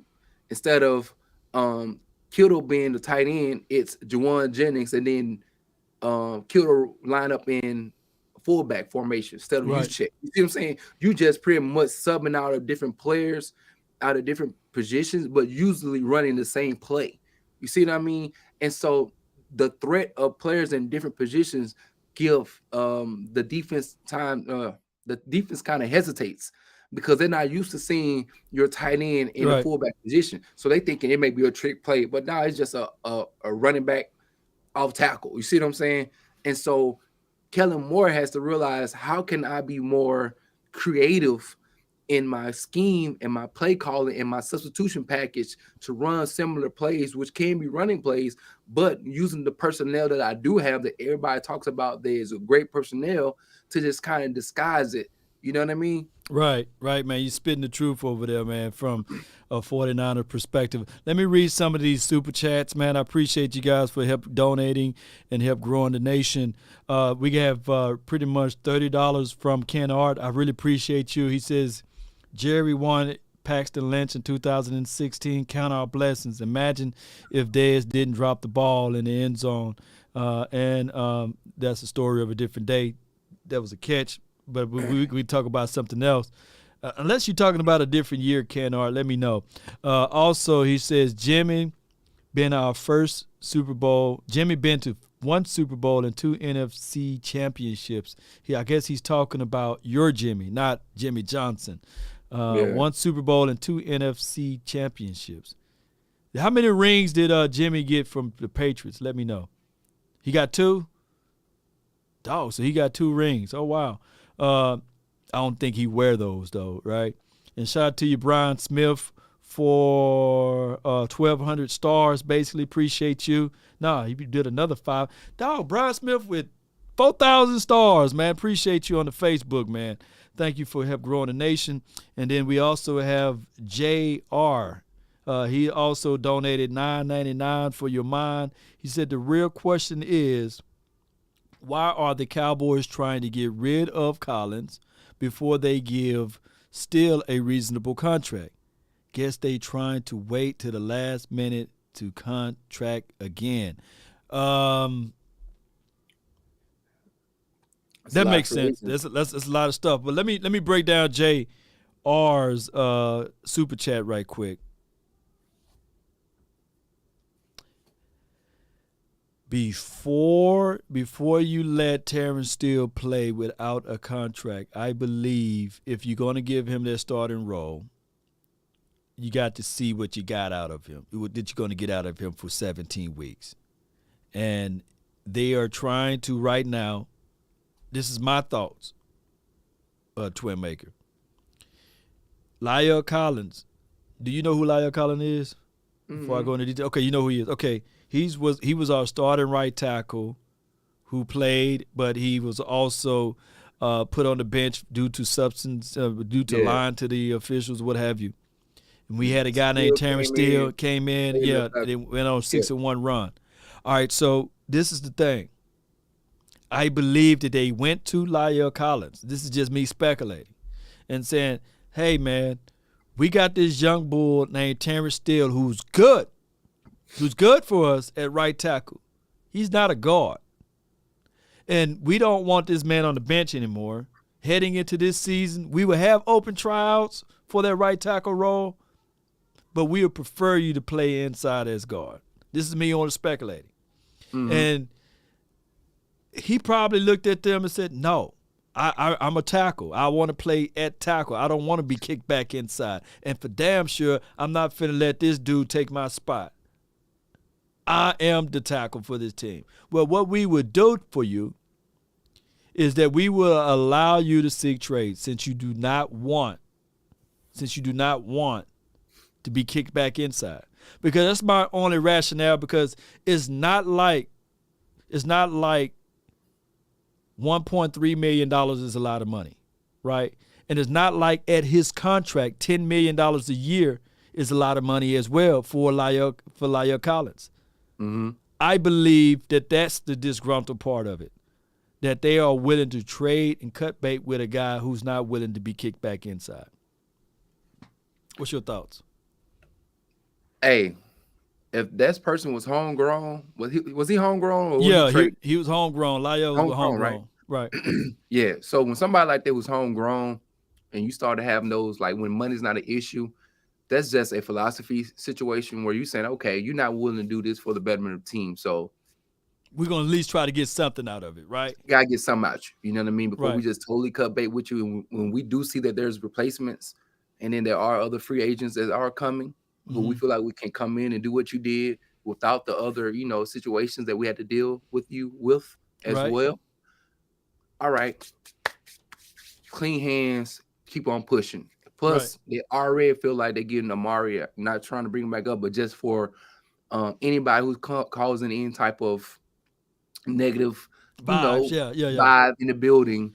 And we starting over a new year. We got Mike McCarthy. We already heard what happened when this season was ending with all the people who have issues with how he coached. They say, hey, let's make sure the locker room is purged of any of these different things. Yeah. Get it out there. Yeah. Oh, man, you just hit it right on the head. Dog, you look, this is what happened too. When you asked the question, was he homegrown or not, right? Yeah. You see, La'el Collins was part of the previous administration. Okay. And I'm going to go all the way back. I watched it about 50 million times, The Lion King. You remember, the Lion King, and when Scar took over, and the hyenas was walking back, and they were saying, hey, things was better when Mufasa was, and he said, hold on now, what I told you about. Good with Mufasa. We were eating good when Mufasa was here.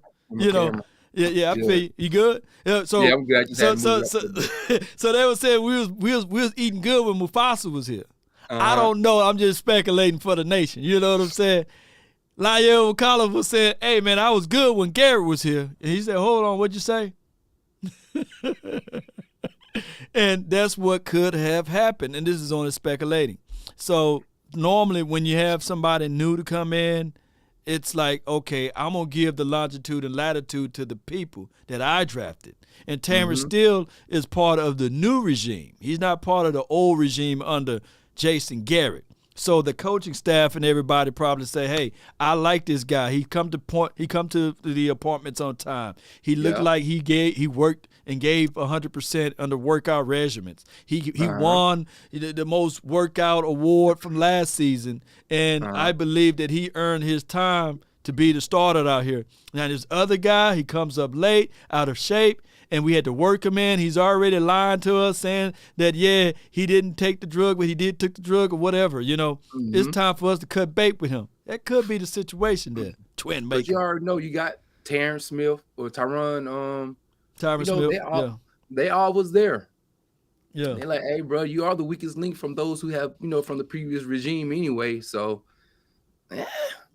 it's easier to do a new right tackle than it is a left tackle, and we still paying this one more money anyway. So financially, it's better for us to let this one go and replace him with someone who we've seen do a more than admirable job while you were gone than trying to switch other stuff around. No doubt. Let me say this one right Lord, quick. y'all to make me sick. Ha ha, God did me dirty with the beard gang y'all got. That's from the Mr. Wright, Antoine. He says, Law, y'all two make me sick. Ha, ha, ha. God did me dirty with the beer gang that y'all got, basically. He's talking about the beer gang. That's my guy, man, Antoine. Look. Hey, I was like, bro, what we say to you, bro? No. I'm going to show you, like, his IG pictures, man. This dude, Barber, is next level, though. This dude, Barber, carved, like, all type of stuff in his head. Where he at? I don't know, man. Antoine, let us know where you at, though. And Antoine Smith? No, his name is Antoine Myers, Mr. Wright. Okay. Antoine. I'll show you some of the pictures on his IG, man. The dude paid. I said, God, dog, that dude got a laser line barber though. But You know, he ain't beer gang like us though. But Sadiq will appreciate you. She says she love these two brothers, the Beard Sadiq brothers, always baby. come through in the clutch. Yeah, Sadiq, you know. I love these two brothers, the Beard brothers. She come through in the clutch like Kobe. Yeah. He says he's from Charleston, South Carolina, fam. Okay, he out there. Okay. He got that South Debo Carolina. world. Yeah, Debo. Yeah. He might know everything about Debo. and is Javon Kinlaw out that way too? Yep. Kinlaw. You know I wanted Javon Kinlaw, man. What happened to him, man? For your So you know we drafted him knowing that he had a bad knee. And so he ended up trying to play his first year on that bad knee, ended up hurting it against the Cowboys. When y'all beat us the last time that in preseason? No, it was in 2020. Remember we played against y'all? Y'all beat us because we had Nick Mullins in there. Oh, you trying to say we only won because of Nick Mullins? Yes, God dog it. Oh my God. And y'all beat us, and so he hurt his kneecap then, and then tried to come back and play this year. Knee still messed up, so he had to get a clean out surgery done on it. So he should be coming back this year. That's why we'll get rid of DJ Jones or not pay DJ Jones, because we have a first-round draft pick in Kinlaw who should be coming back healthy and ready to play that D tackle and play a 3-down D tackle as well. So I give you Tristan Hill right now for Kinlaw. I mean, come on, man, you let that work. You get Tristan Hill, and let me throw in.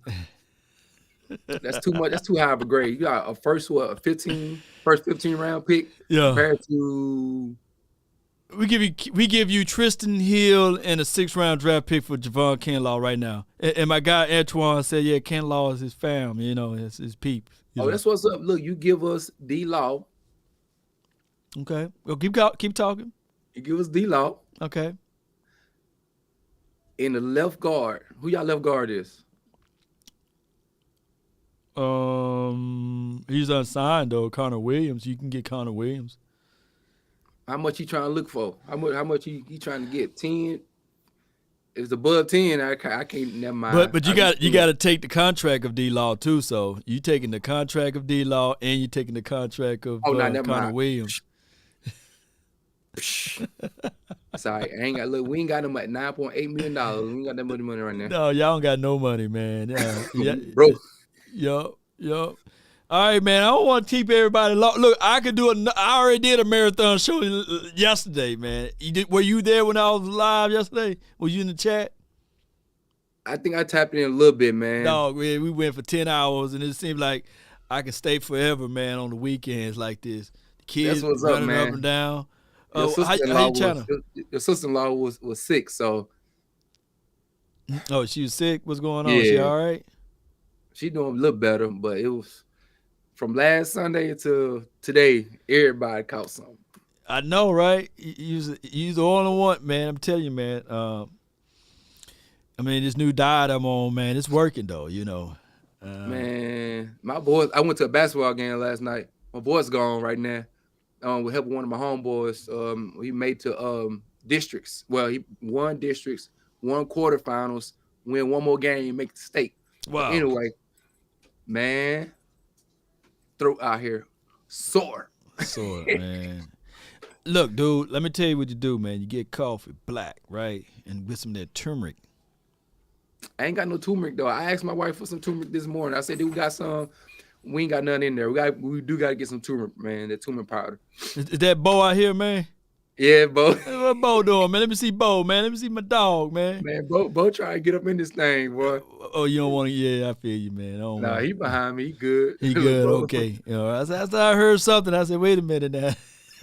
Nah, you can leave Bo alone, man. I don't want to. Hey, Bo, get you an extra 100 likes, man. Y'all little dogs. It's Cowboy country, boy.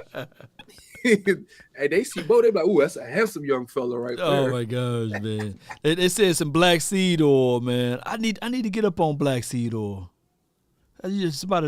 King Blaze says get that black seed oil. Oh, from throat? I guess so. Black seed oil. But I heard this stuff potent, man. It'll have you running like a faucet. Yeah, but it have you like a faucet, man, like castor oil. Remember Mama used to give us castor oil? The 666 boy have you like a faucet, man. God Hey, dog. look, hey, you feel like you squatting over a volcano, boy. You go there. Oh my gosh, man, some honey and some lemon, man, that'll work too. But I'm up on this stuff, man. It's pretty good. Diet life been really good for me. These people, man, they be knowing some stuff, man. But I don't know about lamp oil. You know, Stephen White said lamp oil. No, I ain't heard that one either. but dude, ginger, turmeric. We got this juicer now that we got, and I've been juicing. So I man, made one this morning, man. for real, you got juicer Yep. too? You I don't got a juice? juicer. You got one, but nah, I did juice this morning though. I did have berries, a powder, like it's like a vitamin C powder. It's Right. like a booster though, a vitamin C booster powder with has some spinach and all that. Trying to get healthy. You know what I'm saying? I feel you, man. But that and some elderberry. There you go, man. But all right, man. Appreciate you for jumping on, man. I appreciate you having me, man. Y'all have a good one. I shall be back on the tube this week, man. I went on vacation. It was just a rough week to get to it. But next week, man, I definitely be back on the grind, man. It was rough out here. No doubt, man. Before you go too, tell everybody where to find and follow you at. And is Kyrie Irving a legend? Kyrie Irving will forever be a legend in the basketball world because of the handles. You know what I'm saying? And his handles and his playmaking bills is top 5. Far as just he's sick with it with the skills on there. Kyrie or Steph Curry? You look, I ain't got my Golden State hat down here, bro. I'm Warriors fans over here, but yeah, Steph Curry though, and also. Hit me up, man. Twin Maker. You see the name right there. You can find me on Twitter and YouTube. Twin Empire. The Twin Empire. I think that's right. Twin Empire, baby. Yep. My bad. Follow me at Twin Empire on YouTube, and also hit me up on Twitter. Talk about football, basketball, movies, music, and everything. You know what I'm saying? I was telling everybody, if y'all got Apple Plus, right, watch the movie or the series called C with Jason Momoa. Apple Plus. Hey, y'all would love it. If you like The Witcher or anything like that. I'm so mad I didn't get a chance to watch Batman because Texas done shut down everything Friday and I had to get the kids and everything. But you said The Witcher, right? Yeah, The Witcher with Henry Cavill. You said that he's better in that movie, better in that series than he is a Superman. Yes. I'm not digging it yet, though, fam. I'm not digging. You done with it? I'm gonna have to go watch it with energy. But I'm gonna watch the people. I'm gonna pull up your YouTube right quick. Hold on. Ask them. Twin Empire. Go ahead. No, I was saying ask them because I think if anyone of y'all have watched The Witcher, we need y'all to comment below, man, or at least come back and let us know how you feel about The Witcher or the Superman franchise. I think he plays a better Witcher than he does Superman, in my opinion. And that's the Henry Cavill dude, and y'all need to go watch Batman. I need you to go watch Batman. By the time you go watch Batman, I'm going to watch it again. And we got to have a talk about that show because I thought Batman was dope. It's long. It's longer than Shaq feet, but 3 hours, man. It's a great movie, man. It is a great movie. You know what I'm saying? All right, so I just pinned your page to the top of my YouTube page. Y'all be sure to check out my brother's page. Subscribe to him. I see a lot of people saying Batman is tight. It's a good show. Appreciate everybody. What else? I'm still watching Bel Air. What else I'm on? I ain't seen this week episode. You saw this week episode? Yeah, I just caught up with that. Oh man, I didn't finish it because right before I was about to finish it, the kids took over, and the kids took over, and we had to turn it to Gracie Corner. And Gracie Corner, dog, that go hard. So y'all check out Gracie Corner. Get it on the floor. Yeah, if you got kids, check out Gracie Corner. Come on, man. Let's give Gracie a pub, man. Give a little pub, man. Yeah. Let me go find. Let me go find. If that anyone YouTube y'all page. do got kids though, right? Real talk. Let me Real type in talk. Gracie I got Corner. 2 sets of twins. That's why I'm the twin maker. I got 2 sets of twins, right? Yeah. It's this show we found called Gracie's Corner. My little 2-year-olds love it. Gracie Corner, man. It's like I don't know if your kids watch Coco Melon or whatnot, but to give them an alternative besides having Coco Melon and Dave and Ava, I know people who ain't got kids, y'all like, what are you talking about right now, Brody? But the Dave and the Ava and the Coco Melons, y'all need to go check out Gracie's Corners. You know what I'm saying? To add a little flair, a little swag to your kids early in the morning time when they want to watch some TV, man. So check it out, Gracie's Corner. Go have you in the back like bopping, you know what I'm saying? Yeah, go have you bopping. Man, take that hat off, man. What you doing? That's what I'm talking about. I'm sitting there, man, you don't put that hat on, man. I'm finna lead the show, and you will put that hat on. I said, man. Oh, see, we got some, hold on. We got some people with some kids in here. I'm telling y'all, check out Gracie's Corners, man. Yeah, man. But good show, man. I appreciate you, man. It was one other thing that I was about to say, but I think that next week, I'll be heading to the house, man. I'll be in Natchez though. It's spring break, man. So I hit you up. But all right, bro. One love. Peace. Look out. Yeah, that's my brother, man. My brother from the same mother, no other. But check out his YouTube page. I pinned it at the top of the screen there, and y'all be sure to check out his YouTube page for multiple content, and we'll get back with everything Cowboy Nation as we proceed to give you what you need, baby.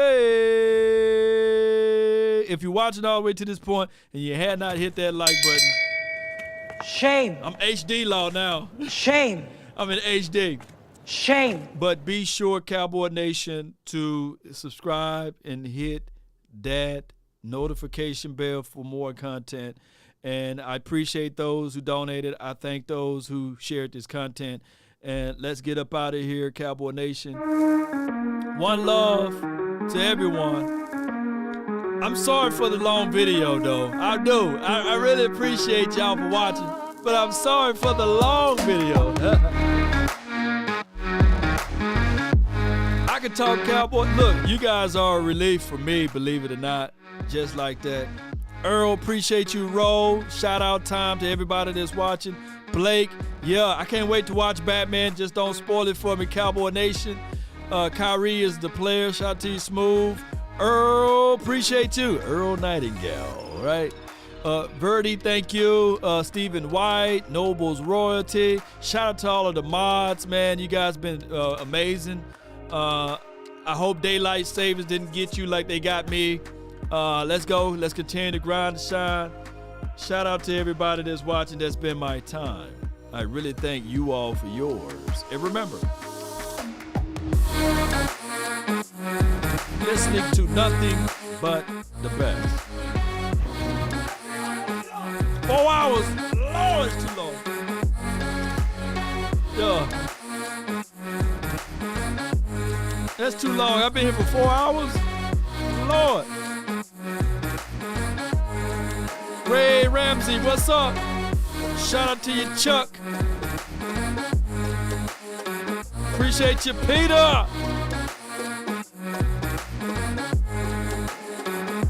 Let's go. Hey. Ho.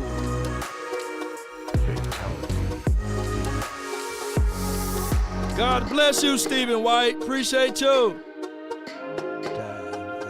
I want me some glory hole. Jerry, you need to calm down now. Breaking news. Want the truth? You can't handle the truth. No doubt, Jerry. Let's go. 5, 4, 3, 2. You must be out of your goddamn mind. If you don't like Law Nation, come on. Let's go. One love, baby. Win, lose, or draw. No lies or alibis, baby. We here. We here for the nation, baby.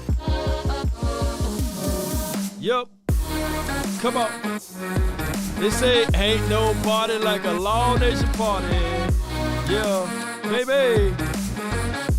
Come on.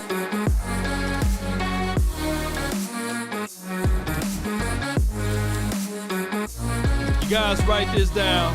The truth is the hardest pill to swallow. Come on.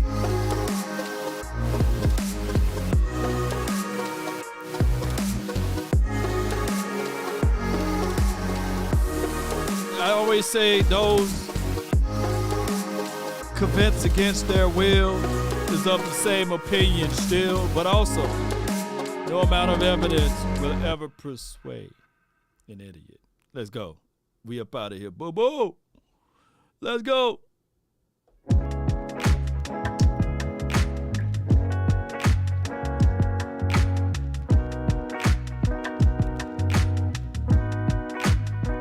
Persuade, baby.